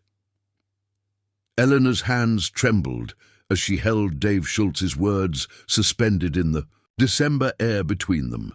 The equipment rental company owner's voice carried the kind of casual curiosity that small-town people used when they sensed a story worth telling. The same tone that had spread news of Thomas's illness through 3 counties before Eleanor had even told her own daughter. "Jim Peterson has always been one for enthusiasm," Eleanor said carefully, forcing her voice to remain steady despite the racing of her pulse. "You know how excited he gets about local history. We found some old boundary markers and maybe a few pieces of farm equipment from the 1800s. Nothing that would interest anyone outside the family." Dave's chuckle carried a note of skepticism that made Eleanor's stomach clench. "Well, that's interesting, because I stopped by Miller's Corner store this morning for coffee, and Betsy Miller said she'd heard you came into some money unexpectedly. Said Jennifer Holcomb from the bank mentioned you'd paid off your mortgage. Arrears with an inheritance check. Funny coincidence, finding historical artifacts and receiving an inheritance on the same week." Eleanor realized, with growing dread, that her careful planning had overlooked the most obvious problem. In rural Iowa, everyone knew everyone else's business, and sudden changes in financial circumstances were impossible to hide. The bank teller, who processed her check, probably lived 3 farms over. The coin dealer in Des Moines might have connections to collectors in Cedar Falls. The very network of relationships that made small-town life supportive also made it transparent. "Dave, I appreciate your interest, but family financial matters are private," Eleanor said, attempting to end the conversation before it could develop further. "I hope you understand." Of course," Dave replied, but his tone suggested the conversation was far from over. "I'm just glad things worked out for you. Thomas was a good man, and it would have been a shame to see the farm go to developers. You take care now, Eleanor. I'm sure we'll be talking again soon." After ending the call, Eleanor sat at her kitchen table and tried to calculate how quickly news of her discovery might spread through the community. In her experience, rural gossip moved at approximately the speed of light, accelerated by coffee shop conversations, church socials, and the informal networks that connected farming families across the county. By evening, half the county would know that Eleanor Whitman had made some kind of discovery on her property and had suddenly acquired enough money to save her farm from foreclosure. By tomorrow, speculation would begin about what she'd found and how much it might be worth. Within a week, unless she took immediate action to control the narrative, treasure hunters and curiosity seekers would be trespassing on her property. Eleanor picked up her phone and called Jim Peterson, hoping to understand how much information had already leaked and how quickly she needed to respond to the growing interest in her discovery. "Jim, I just got a call from Dave Schultz asking about our excavation work," Eleanor said when Jim answered. "He seems to know more than he should about our activities." Jim's sigh was audible across the phone line. "Eleanor, I'm afraid I may have spoken too freely this morning. I was so excited about what we found that I mentioned to my wife that we'd made an important discovery. Martha must have shared the news with her sister, who probably told her neighbors, and you know how these things spread." Eleanor closed her eyes, feeling the weight of inevitability settling on her shoulders. How much does everyone know? Not the specific details, but enough to generate serious curiosity. Word is spreading that you found something valuable enough to pay off your debts and save the farm. People are speculating about everything, from oil to buried treasure to valuable antiques. "Jim, this is a disaster. If people think there's treasure on my property, I'll have every amateur archaeologist and metal detector enthusiast in Iowa showing up at my door." "Eleanor, I'm sorry. I should have been more careful. But maybe this isn't entirely bad news. If people are going to find out anyway, it might be better to control how they find out. You could get ahead of the story, share enough information to satisfy curiosity without revealing everything." Eleanor considered Jim's suggestion, but the idea of voluntarily publicizing her discovery felt dangerous. The gold hidden in her basement represented not just financial security, but historical significance that could attract unwanted attention from government authorities, academic researchers, and professional treasure hunters. Before she could respond to Jim's suggestion, Eleanor's phone rang again. This time, the caller ID showed a number from the Cedar Falls Gazette, the weekly newspaper that covered local news for Hancock County. Eleanor let the call go to voicemail, but the message confirmed her worst fears about the speed of rural gossip networks. "Mrs. Whitman, this is Rebecca Martinez from the Cedar Falls Gazette. I'm working on a story about local residents who've overcome financial difficulties through unexpected discoveries. I understand you recently found something on your property that helped you avoid foreclosure, and I'd love to talk with you about your experience. Please call me back at your earliest convenience."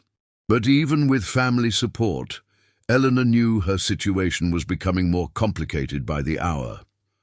The next morning brought evidence that news of her discovery had spread far beyond Hancock County. Eleanor's phone rang constantly with calls from reporters, treasure hunters, historians, lawyers, and curiosity seekers. She stopped answering after the fifth call from someone claiming to represent a reality television show about treasure hunting. More concerning was the steady stream of vehicles driving slowly past her farm, their occupants clearly examining her property for signs of ongoing excavation activity. Eleanor counted 17 different cars and trucks during the morning hours, some stopping to take photographs of her farmhouse and the fields beyond. By noon, Eleanor had made the decision that Deputy Santos had recommended. She packed essential belongings and drove to Cedar Falls to stay at a motel until she could develop a comprehensive plan for managing her discovery. But before leaving the farm, she retrieved the remaining treasure from her basement and loaded it into her truck, unwilling to leave Civil War gold unguarded in a house that had become a target for treasure hunters. The drive to Cedar Falls felt like a retreat from a battle she hadn't realized she was fighting. Eleanor had thought that finding Jeremiah's treasure would solve her problems, but instead, it had created new challenges that were potentially more dangerous than foreclosure. She now possessed artifacts worth millions of dollars, faced constant media attention, and had been driven from her own home by people seeking to profit from her discovery. As Eleanor checked into the Cedar Rapids Inn, using cash to avoid creating electronic records of her location, she reflected on the irony of her situation. The treasure that was supposed to provide security had made her feel less secure than she'd felt since Thomas's death. The gold that was supposed to save her family's legacy had exposed her to attention that threatened everything she valued about her quiet, rural life. But Eleanor was also beginning to understand that her discovery represented more than personal salvation. The Civil War gold in her possession was a piece of American history that belonged not just to her family, but to the broader community of people who cared about preserving the past for future generations. The ethical burden that had kept 7 Union soldiers awake at night during Reconstruction was now hers to carry, and she was determined to carry it with the same sense of honor and responsibility that had motivated Jeremiah Whitman to hide detailed records for his descendants to find. The treasure hunt was over, but Eleanor's real journey was just beginning. She had found the gold, but now she had to decide what finding it meant, both for her family and for the historical legacy represented by artifacts that had been hidden for 157 years. The easy part of her story had ended. The hard part, the part that would define her character and her family's future, was about to begin. The Cedar Rapids Inn felt like a fortress of anonymity after the fishbowl visibility of her farmhouse. But Eleanor's relief was short-lived. She'd barely settled into the modest room when her phone began ringing with calls from numbers she didn't recognize. Word of her location had somehow leaked, despite her precautions about paying with cash and avoiding credit card transactions. Mrs. Whitman, this is Dr. Amanda Richardson from the Smithsonian Institution's National Museum of American History, the first caller said, her voice carrying the crisp authority of academic credentials. I understand you've made a significant Civil War artifact discovery, and we'd like to discuss the historical importance of your find. Eleanor's heart sank as she realized the scope of attention her discovery was attracting. The Smithsonian wasn't calling about local newspaper stories or county gossip. They had sources of information that reached far beyond rural Iowa. Someone with serious connections had decided her treasure was worth national attention. Dr. Richardson, I appreciate your interest, but I'm not ready to discuss my discovery publicly, Eleanor said, trying to maintain control over a situation that felt increasingly beyond her influence. Mrs. Whitman, I completely understand your desire for privacy, but I should mention that we've received inquiries from other parties who may not share our commitment to historical preservation. There are commercial interests circling this story, and if you're going to protect the historical significance of what you found, you'll need institutional support. The implied threat was clear. Cooperate with legitimate historians or risk losing control to commercial exploitation. Eleanor realized that her window for maintaining privacy had closed completely, and her options were narrowing to different forms of publicity rather than the possibility of avoiding attention altogether. Before Eleanor could respond to Dr. Richardson's implicit ultimatum, the motel room phone rang. She'd given that number to no one, which meant someone had tracked her location through means she didn't understand and couldn't control. Eleanor Whitman. The voice was male, professionally friendly, with the kind of confidence that suggested significant resources behind it. This is Jonathan Cartwright from Cartwright Acquisitions. We specialize in the private sale of significant historical artifacts, and we understand you may have items that would interest our clients. I'm not interested in selling, Eleanor said immediately. Of course not, and we respect that completely. But Mrs. Whitman, you should understand that word of your discovery has reached certain circles where discretion is not always the primary concern. We're calling to offer our services as a buffer between you and parties who might take more aggressive approaches to acquiring historically significant items. Eleanor felt a chill that had nothing to do with the December weather outside her motel window. What kind of aggressive approaches? Let's just say that Civil War treasure attracts attention from people who don't always respect property rights or personal safety. Our firm can provide security services and legal protection while you decide how to handle your discovery. Think of us as insurance against complications you might not have anticipated. After ending the call, Eleanor sat on the motel bed and tried to process the reality that her situation had evolved from local curiosity to national attention to what sounded like veiled threats from commercial interests. The Civil War gold that was supposed to provide security had made her a target for people whose methods might extend beyond legal persuasion. Eleanor called Jim Peterson, hoping her neighbor and friend could provide perspective on how quickly her situation had deteriorated. "Eleanor, where are you?" Jim asked immediately. "There have been people at your farm all morning, and some of them don't look like historians or reporters. I saw license plates from 3 different states, and one group had professional excavation equipment. I'm in Cedar Falls, but I think I need to go farther away. Jim, this has spiraled completely out of control." "Maybe that's not entirely bad," Jim said thoughtfully. "Eleanor, what you found isn't just valuable, it's historically significant. Maybe the attention means you can turn this into something bigger than just solving your financial problems." Eleanor realized that her window for maintaining privacy had already closed. The story was out, spreading through formal and informal channels, and she had perhaps hours before her property became a magnet for unwanted attention. She needed to make immediate decisions about how to protect the remaining treasure and manage the publicity that was about to descend on her quiet farm. Her first priority was securing the gold still hidden in her basement. Eleanor called Marcus Peterson in Des Moines, explaining her situation and asking for advice about safe storage options for historically significant artifacts. "Eleanor, you need professional security immediately," Marcus said after listening to her concerns. "Rumors about found treasure travel fast, and you're about to have visitors who aren't just curious neighbors. I can arrange for a secure storage facility in Des Moines, or we can discuss other options that would protect both you and the artifacts." "What kind of other options?"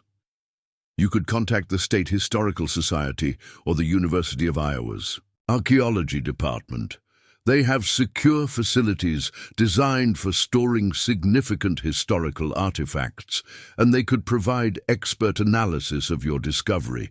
It would also give you academic credibility if questions arise about the treasure's authenticity or legal status." Eleanor liked the idea of involving legitimate historians in her discovery, but she worried about losing control of the artifacts once academic institutions became involved. "Would I still own the treasure if I involved the university?" "That depends on the specific arrangements you make. You could negotiate a partnership that gives you ownership while providing professional storage and research support. The key is having legal documentation of your rights before you involve any institutions." Eleanor arranged to meet with Marcus the following morning to discuss secure storage options and legal strategies for protecting her interests in the treasure. But her immediate concern was managing the growing attention focused on her property.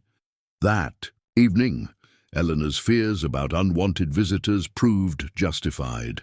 As darkness fell, she noticed headlights turning into her farm driveway, followed by the sound of car doors closing and voices discussing something in hushed tones. Eleanor turned off her house lights and peered through the kitchen window, watching 3 people with flashlights walking toward the area where she and Jim had conducted their excavation. The trespassers were examining the site where they'd found the gold, using metal detectors and what appeared to be professional archaeological equipment. Eleanor realized that word of her discovery had already reached serious treasure hunters who were conducting their own search for whatever she might have missed. Eleanor called the Hancock County Sheriff's Office, reporting trespassers on her property. Deputy Sheriff Maria Santos arrived within 20 minutes, but by then the intruders had disappeared, leaving only footprints and metal detector holes as evidence of their nighttime search. "Mrs. Whitman, I understand you've had some recent activity on your property that's attracted attention," Deputy Santos said, as they examined the disturbed ground near the excavation site. "Would you like to explain what's been going on here?" Eleanor had prepared for this conversation, knowing that law enforcement contact was inevitable once her discovery became public knowledge. "I've been doing some historical research on my property, looking into my family's Civil War history. I found some artifacts that helped me understand my great-great-grandfather's military service." "What kind of artifacts?" "Personal effects, some documents, a few items that had historical value. Nothing illegal or dangerous, just family history that I was able to sell to a collector."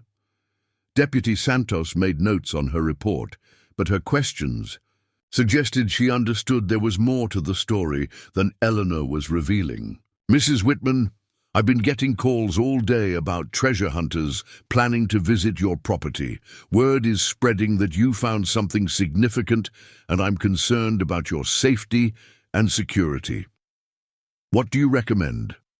"First, consider posting no trespassing signs around your property perimeter. Second, install motion-activated lights near any areas where you've been doing excavation work. Third, keep your doors locked and consider staying somewhere else until the initial excitement dies down." Eleanor appreciated the deputy's practical advice, but the suggestion about staying elsewhere highlighted the severity of her situation. She was being driven from her own home by publicity about a discovery that was supposed to save her farm and secure her future. After Deputy Santos left, Eleanor called her daughter Sarah in Seattle, knowing she needed family support to navigate the challenges ahead. "Mom, what's going on?" Sarah asked immediately upon hearing Eleanor's voice. "I got 3 calls today from people asking about treasure you supposedly found on the farm. Mrs. Miller from the corner store, some reporter from the newspaper, and a man who claimed to represent a treasure-hunting television show." Eleanor spent an hour explaining her discovery to Sarah, sharing details about Jeremiah's journals, the Civil War gold, and her decision to sell enough treasure to save the farm. Sarah's reactions ranged from amazement to concern to protective anger about the privacy invasion her mother was experiencing. "Mom, you need professional help managing this situation," Sarah said, after absorbing the full scope of Eleanor's discovery. "This isn't just about money or family history anymore. You're dealing with legally significant artifacts, media attention, and personal security issues.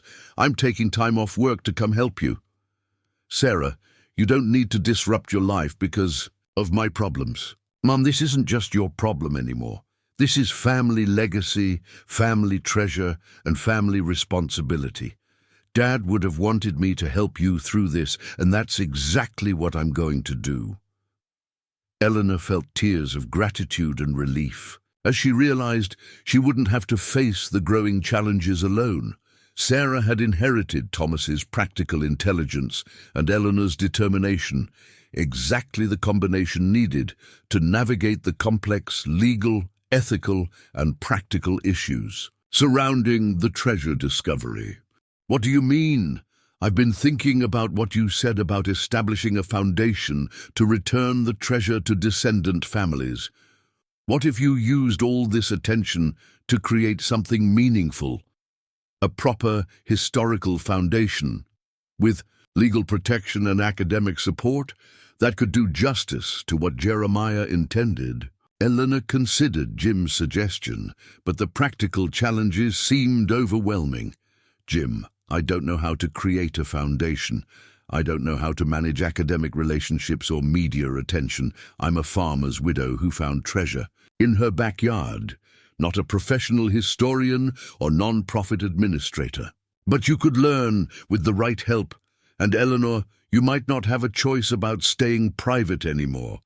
The attention is here whether you want it or not. The question is whether you control how that attention gets used.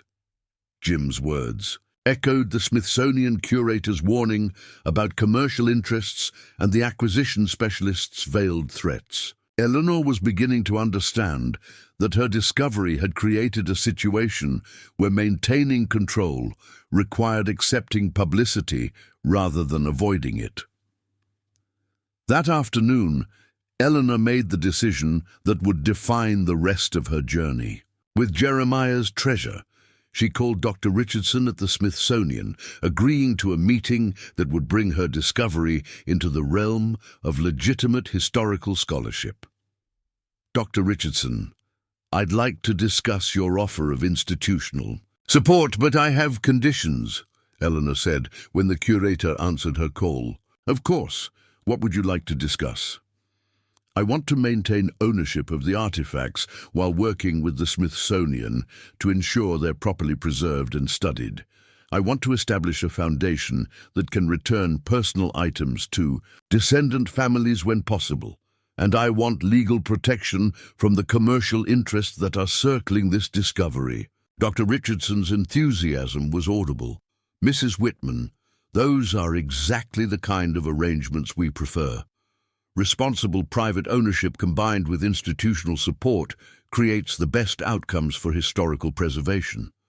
When can we meet? They arranged a meeting for the following day at the Smithsonian's regional office in Chicago, giving Eleanor time to prepare for what felt like the most important negotiation of her life. But first, she needed legal representation that could protect her interests while navigating the complex world of historical artifact ownership. Eleanor called Marcus Peterson in Des Moines, asking for recommendations for attorneys who specialized in cultural property law. Marcus suggested Helen Kowalski, a lawyer in Chicago who had built a reputation representing private collectors and family estates in disputes over historical artifacts. Helen's handled cases involving everything from Nazi-looted art to Native American cultural items, Marcus explained. She understands both the legal complexities and the ethical considerations involved in significant historical discoveries. Eleanor arranged to meet with Helen Kowalski before her Smithsonian appointment, hoping to establish legal protection before entering into discussions with institutional representatives. The meeting was scheduled for early morning, giving her time to drive to Chicago that evening. But Eleanor's plans for a quiet evening, preparing for the next day's meetings, were disrupted by a knock on her motel room door. Through the peephole, she saw a woman in her 30s holding a press credentials badge and a recording device. Mrs. Whitman, I'm Jessica Torres from the History Channel. We understand you've made an extraordinary Civil War discovery, and we'd like to discuss featuring your story in our upcoming documentary series about American treasure hunters. Eleanor didn't open the door, but she spoke through it clearly enough for the reporter to hear. I'm not interested in television coverage. Please respect my privacy. Mrs. Whitman, with respect, your story is already public. We can tell it with your cooperation and input, or we can tell it without you. Wouldn't you prefer to ensure it's told accurately? The implied threat was similar to what Eleanor had heard from other parties. Cooperate or lose control of your own narrative. She was beginning to understand that her discovery had made her a public figure, whether she wanted that role or not. Eleanor left the motel at dawn, driving toward Chicago with the remaining Civil War treasure locked in a secure box in her truck bed. The 3-hour drive gave her time to prepare mentally for meetings that would determine not just her financial future, but the historical legacy of Jeremiah Whitman's 157-year-old secret.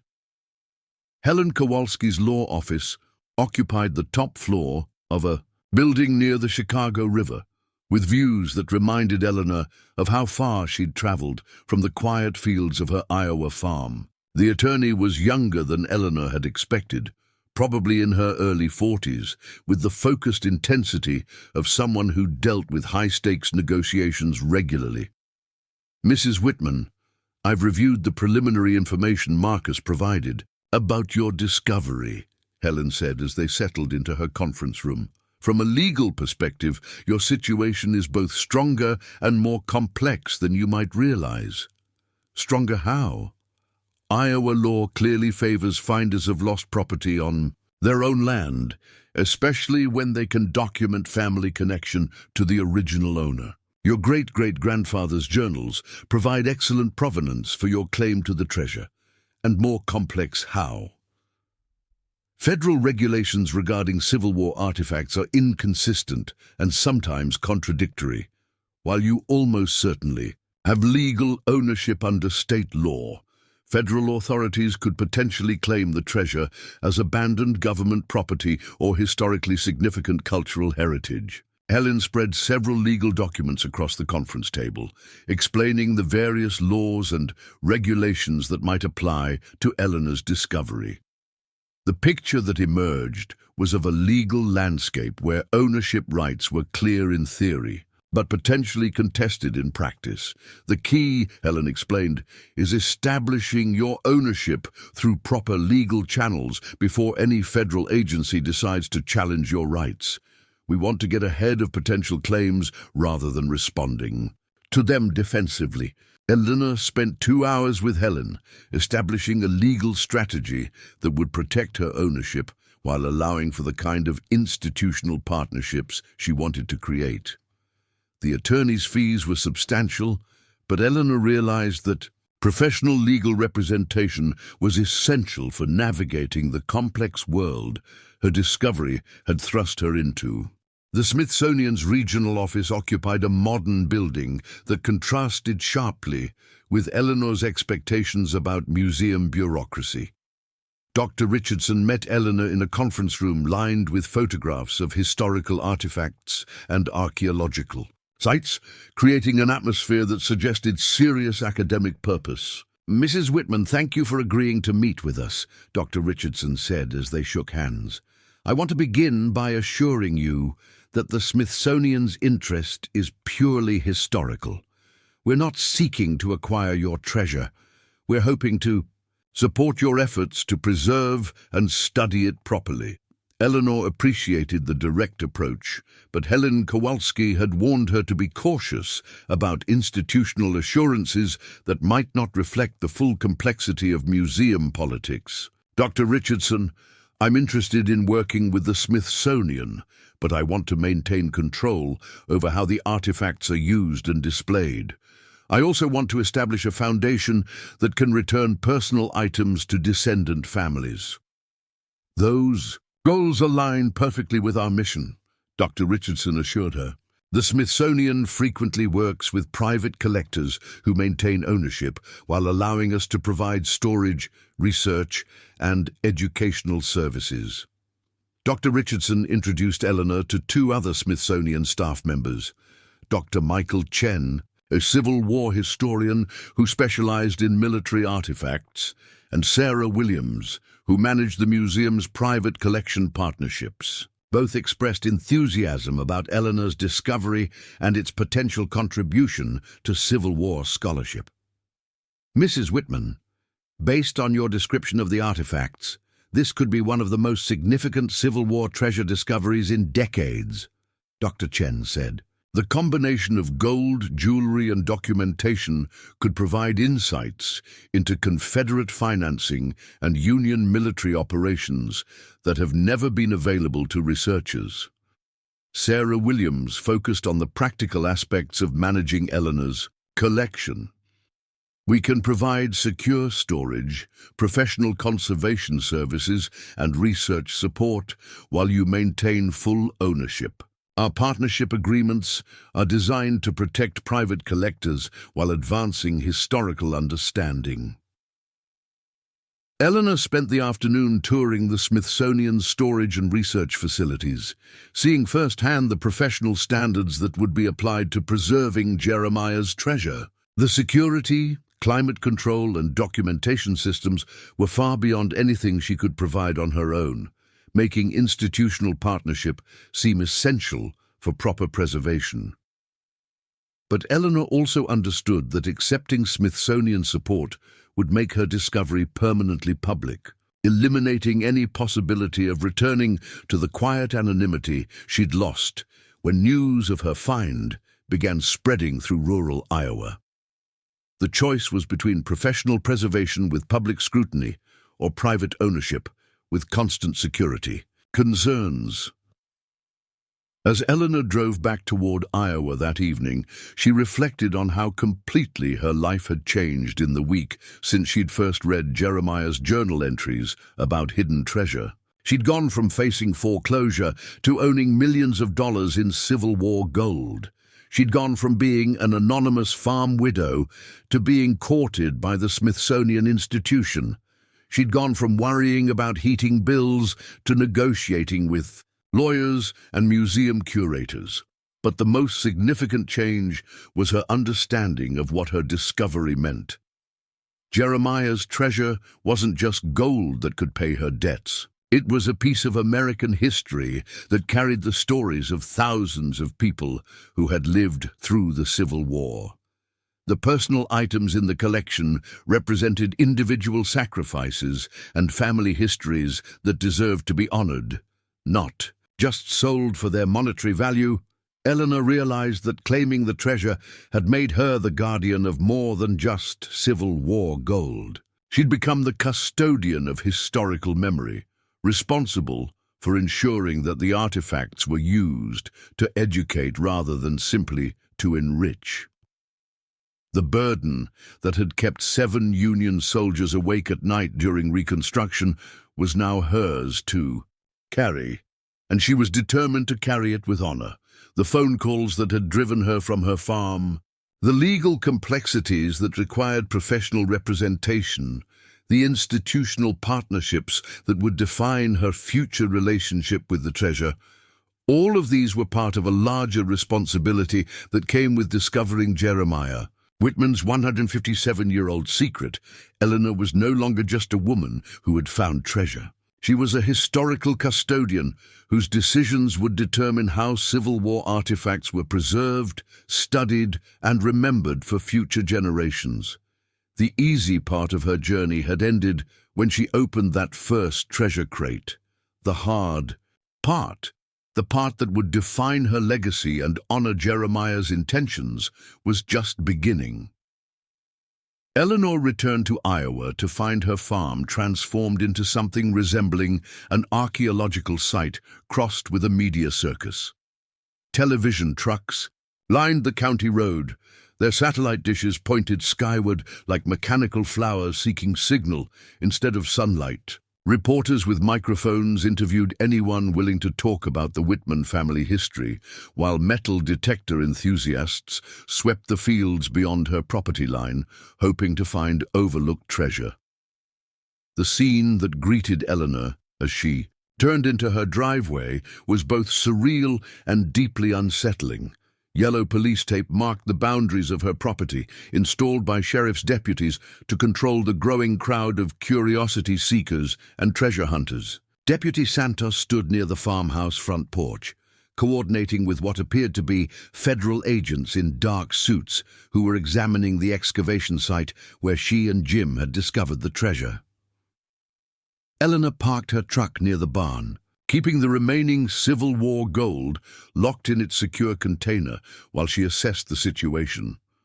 The federal agent's presence suggested that her discovery had attracted attention from government authorities who might have their own claims to Civil War artifacts found on private property.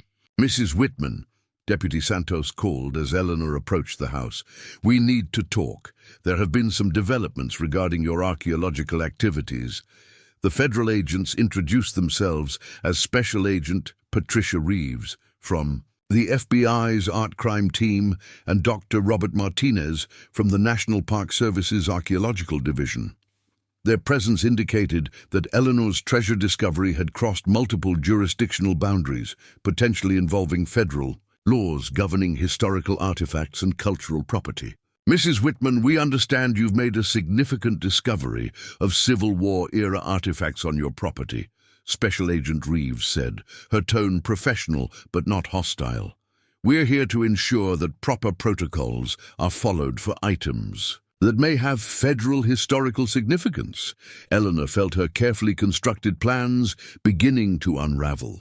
The legal strategy she'd developed with Helen Kowalski assumed that state property laws would govern her ownership of the treasure, but federal involvement suggested more complex legal challenges than she'd anticipated.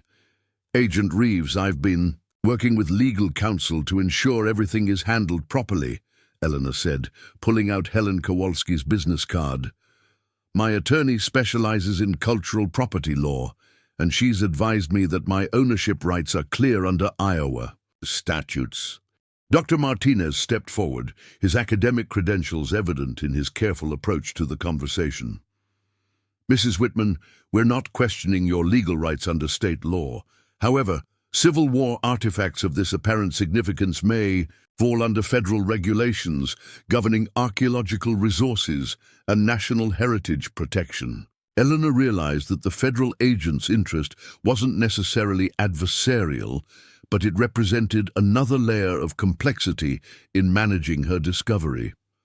The treasure that had seemed like a straightforward solution to her financial problems was becoming entangled in legal and regulatory frameworks she hadn't fully understood.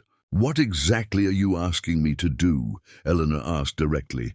We'd like to examine the artifacts you've recovered and review the documentation you've assembled regarding their provenance, Special Agent Reeves explained. If everything is as you've described, we can provide federal recognition of your ownership rights, which would actually strengthen your legal position. Eleanor understood the implicit message.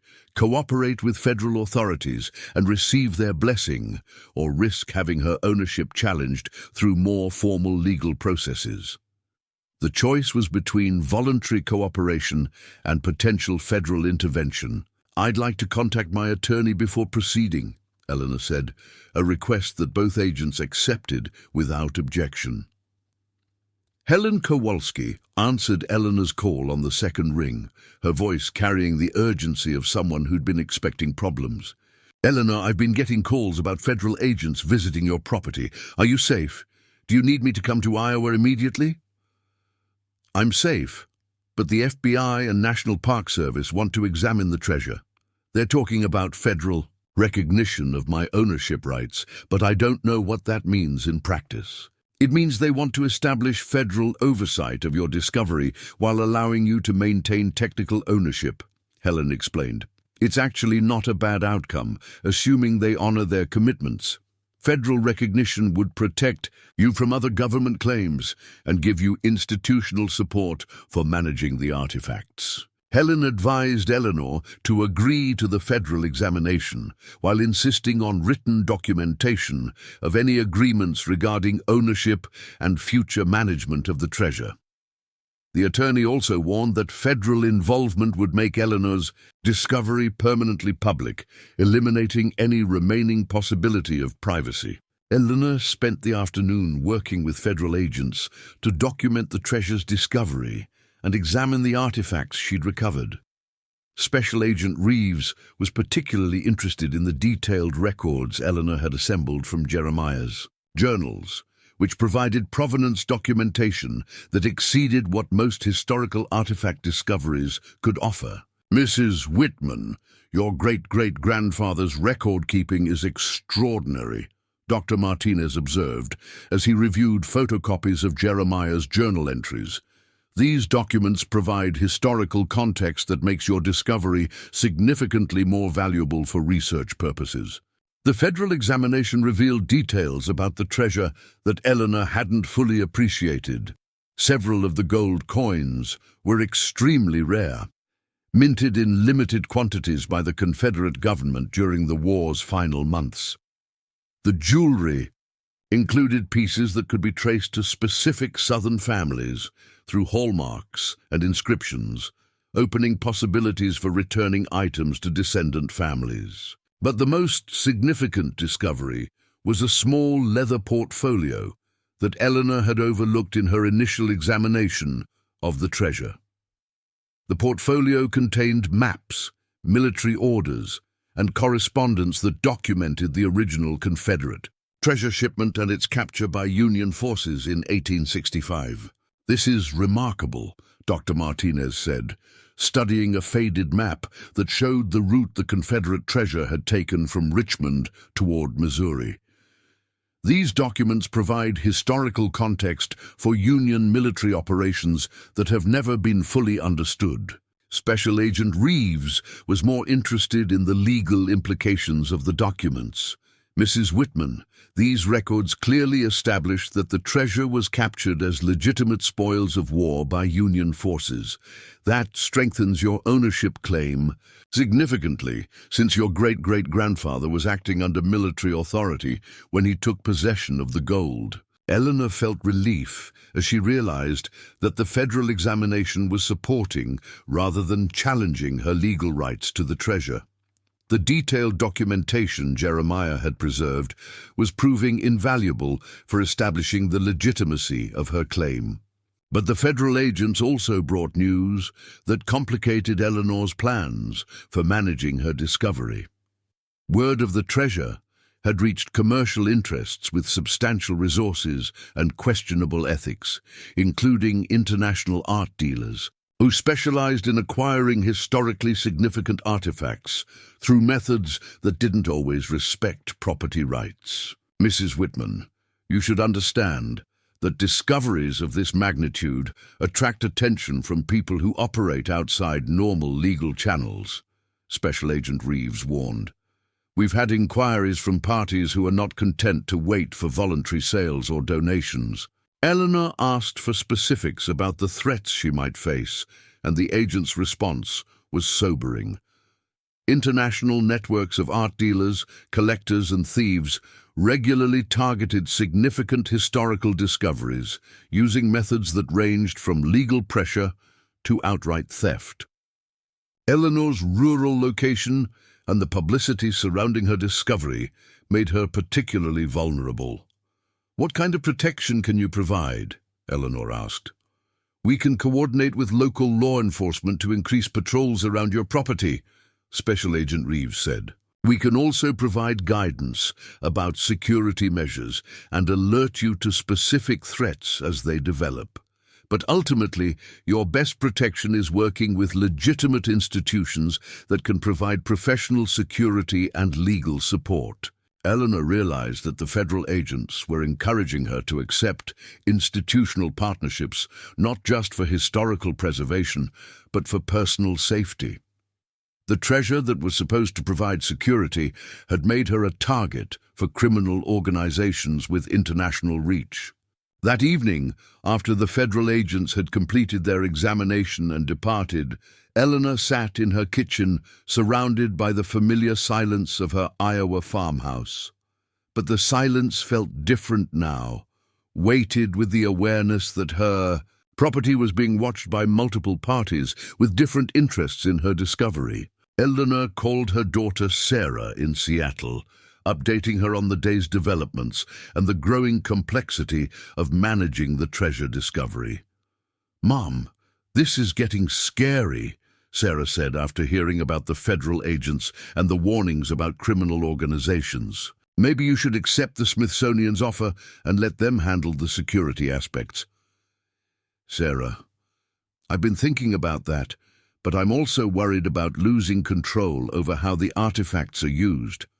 Your father always said that family legacy should be protected by family, not institutions. But Dad also would have wanted you to be safe. Mom, if criminal organizations are targeting you because of this discovery, family legacy won't matter if something happens to you." Eleanor appreciated Sarah's concern, but she also felt a growing sense of responsibility for honoring Jeremiah's intentions regarding the treasure. The Civil War veteran had hidden detailed records specifically so his descendants could make informed decisions about the gold's use, and Eleanor was determined to make those decisions thoughtfully rather than defensively. The next morning brought a development that forced Eleanor to accelerate her decision-making timeline. Jim Peterson called with urgent news about overnight activity on her property. "Eleanor, there were people on your land last night with professional equipment," Jim reported. "I saw lights and heard machinery running near the creek area where you found the treasure. When I called the sheriff's office, they said they'd investigate, but by the time deputies arrived, whoever it was had disappeared." Eleanor drove to her property to assess the overnight intrusion, finding evidence that confirmed her worst fears about the attention her discovery was attracting. Someone had conducted a systematic search of the area around the original excavation site, using ground-penetrating radar and mechanical excavation equipment. The trespassers had clearly been looking for additional treasure caches, operating with equipment and expertise that suggested professional treasure hunting rather than amateur curiosity. They'd left behind excavation holes and equipment marks that indicated a thorough and systematic search. Deputy Santos met Eleanor at the site, documenting the evidence of overnight trespassing and illegal excavation. "Mrs. Whitman, this wasn't random vandalism or curiosity seekers. This was a professional operation by people who knew exactly what they were looking for and how to look for it." Eleanor realized that her property had become a target for organized treasure hunting operations that wouldn't be deterred by property rights or legal ownership. The discovery that was supposed to solve her problems had created new dangers that required immediate attention. "Deputy Santos, what are my options for protecting my property?" "Honestly, Mrs. Whitman, you need more security than local law enforcement can provide. These people have resources and expertise that exceed what our department can handle. You might want to consider private security or relocating the artifacts to a more secure location." Eleanor spent the morning consulting with Helen Kowalski about security options and legal strategies for protecting her property and her discovery. The attorney's advice was direct and unsettling. "Eleanor, your situation has evolved beyond what individual ownership can safely manage," Helen said during their phone conversation. "You need institutional support, not just for historical preservation, but for physical security. What are you recommending? Partner with the Smithsonian immediately, under terms that give you control over the artifacts while providing professional security and legal protection. The alternative is trying to manage international criminal interest in your discovery with resources you don't have." Eleanor realized that her choice was no longer between private ownership and institutional partnership, but between controlled institutional partnership and uncontrolled criminal targeting. The treasure that Jeremiah had intended to provide for, his family's future, could only fulfill that purpose if Eleanor could maintain ownership safely. That afternoon, Eleanor made the phone call that would define the final phase of her journey with the Civil War treasure. "Dr. Richardson, this is Eleanor Whitman. I'd like to accelerate our discussions about partnership arrangements. My situation has become more urgent than I initially anticipated." Dr. Richardson's response confirmed that the Smithsonian had been monitoring Eleanor's security situation and was prepared to provide immediate support. "Mrs. Whitman, we can have a security team at your location within 6 hours, and we can establish temporary storage for your artifacts at our Chicago facility while we finalize partnership agreements."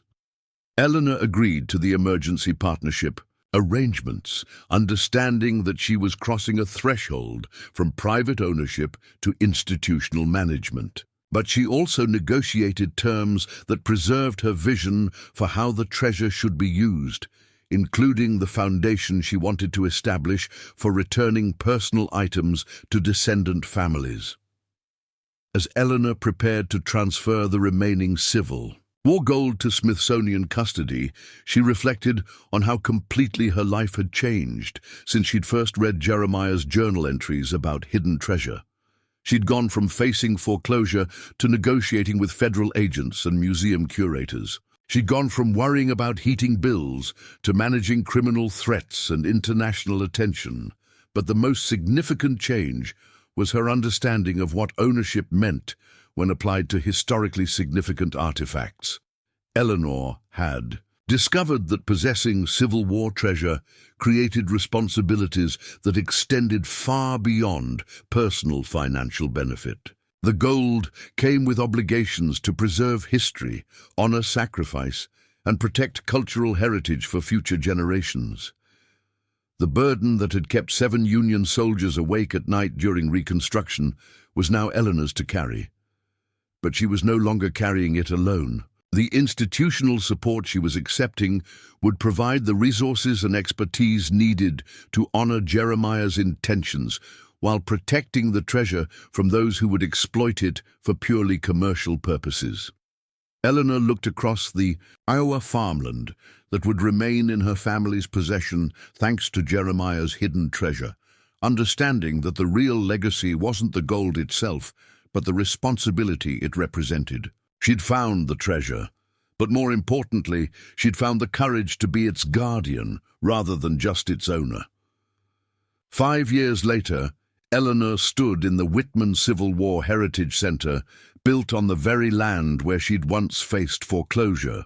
The museum, funded by the treasure and operated in partnership with the Smithsonian, had become a pilgrimage site for families seeking to reclaim their Civil War ancestors' stories. "Mrs. Chen, here's your great-great-grandmother's wedding ring," Eleanor said, placing the delicate gold band into the trembling hands of a woman who'd traveled from California. Through the foundation Eleanor had established, 847 personal items had been returned to descendant families, each reunion a testament to Jeremiah's vision of treasure-serving justice. The museum's centerpiece was Jeremiah's original journal, displayed alongside the maps that had led to the discovery. Visitors often asked Eleanor if she regretted selling the gold instead of keeping it all. Jeremiah didn't hide treasure for one family to hoard, she'd explain, gesturing toward the families researching their ancestors in the museum's genealogy center. He hid it so future generations could heal the wounds of war. The farm remained in Eleanor's family, but now it served a larger purpose. Sarah had moved back from Seattle to help manage the foundation, and together they'd created something that honored both their family's legacy and the memory of those who'd sacrificed during America's darkest hour. Eleanor still lived in the old farmhouse, but she no longer lived in fear of foreclosure or criminal threats. The treasure had provided security, but more importantly, it had provided purpose. Jeremiah's burden had become her calling, transforming a desperate widow's last hope into a bridge between past and present, between loss and healing.